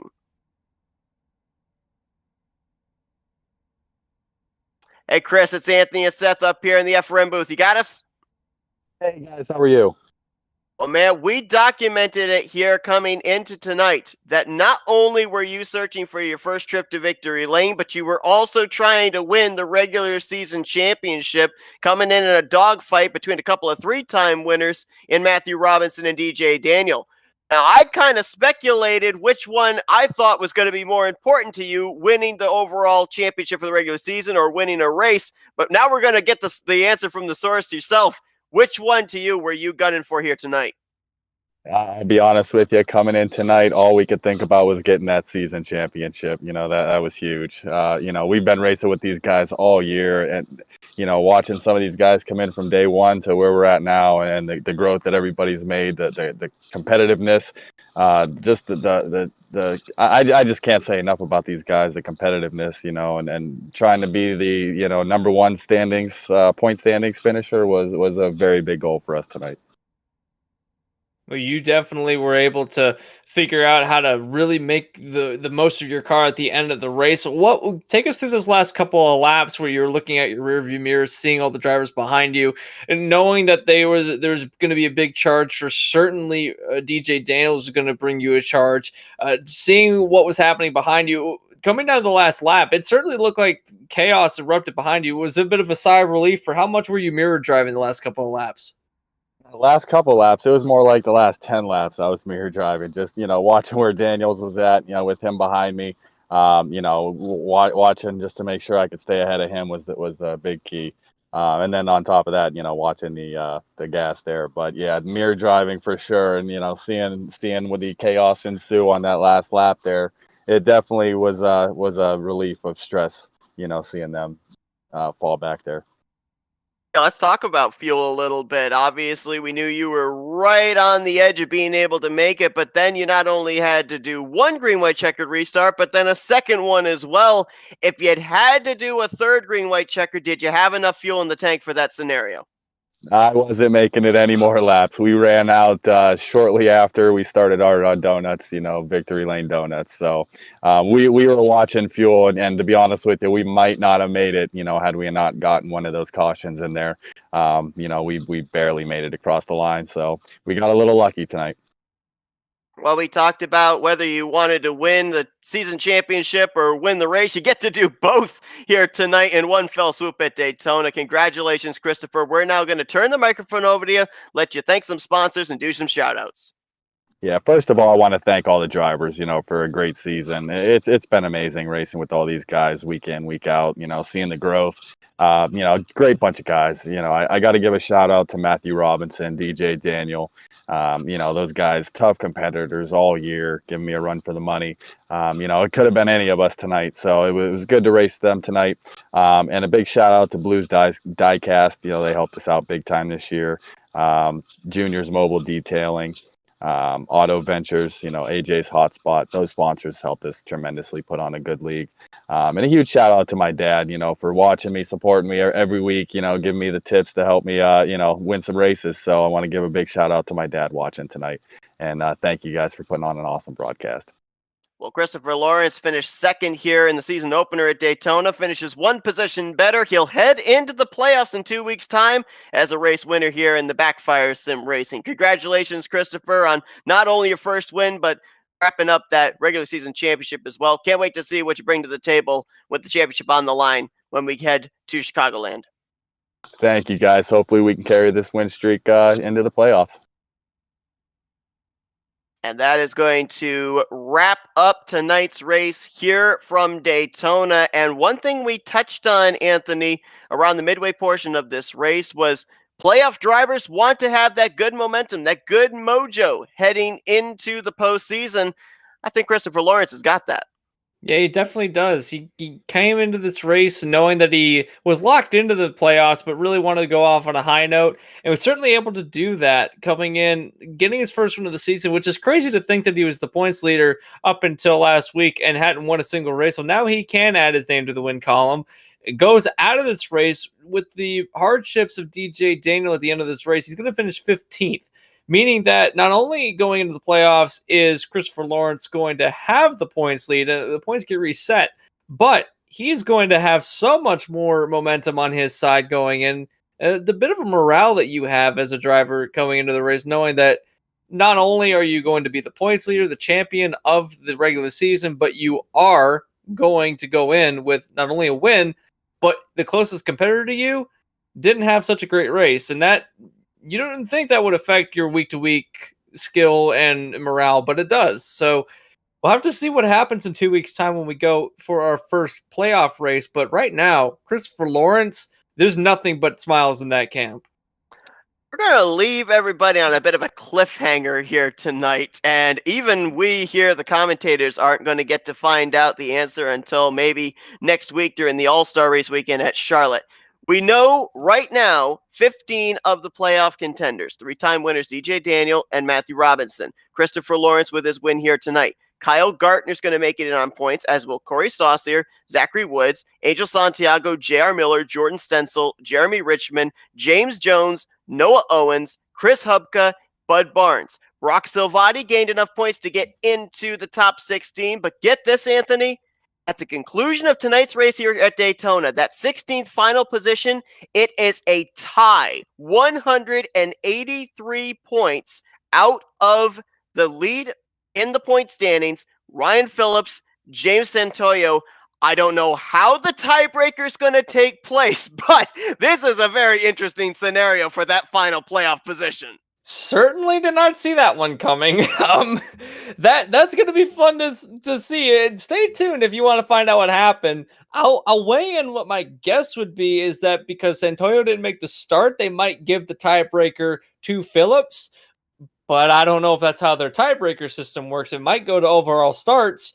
It might go to something else. So, man, if you're excited to see who makes it in, tune in because we'll know as soon as you do. And wow, I didn't think it was going to come down that close. If it goes to overall starts, it's advantage Santoyo. He's got 8 starts to Phillips' 7. If it's to average finish or best finish, then it's advantage Phillips. He has a top 5. Santoyo does not. So who knows? We may end up having 17 drivers making it into the playoffs. There may be that much of a gray area that both of them make it in, but we will find out the fallout of all of that hopefully by time we get to All-Star Race Weekend next week, if not in 2 weeks' time when the playoffs begin at Chicagoland. But what a great race here tonight at Daytona International Speedway. A very long green flag run at the beginning, but late race cautions leading to some exciting late race restarts. And Christopher Lawrence is the one getting it done, not only getting his first win of the season, but also wrapping up the regular season championship. Anthony, it's been a great one here tonight under the lights at Daytona Beach, Florida. I appreciate you joining me in the booth. It's always fun to come to Daytona and watch some racing. And given all that was on the line, this was thoroughly nail biting. And I can't wait to do another one. And thank you, Seth, for putting up with me for 2 hours. Thanks to everyone that tuned in here tonight. We hope you guys enjoyed our coverage of BackFire Sim Racing. We'll see you guys here next Friday night as we go all-star racing at Charlotte Motor Speedway, the precursor to the start of the playoffs at Chicagoland in 2 weeks' time. For Anthony McCurry, I'm Seth Cole. Thanks for joining us here this evening. Enjoy the rest of your Friday night as you've been watching another broadcast courtesy of the Flatout Racing Network. This broadcast is the copyrighted work of Flatout Racing Network and may not be rebroadcast, retranslated, or used in any form without the express written consent of Flatout Racing Network and iRacing.com Motorsports Simulations. Flatout Racing Network would like to thank you for your support, and we hope you enjoyed tonight's broadcast.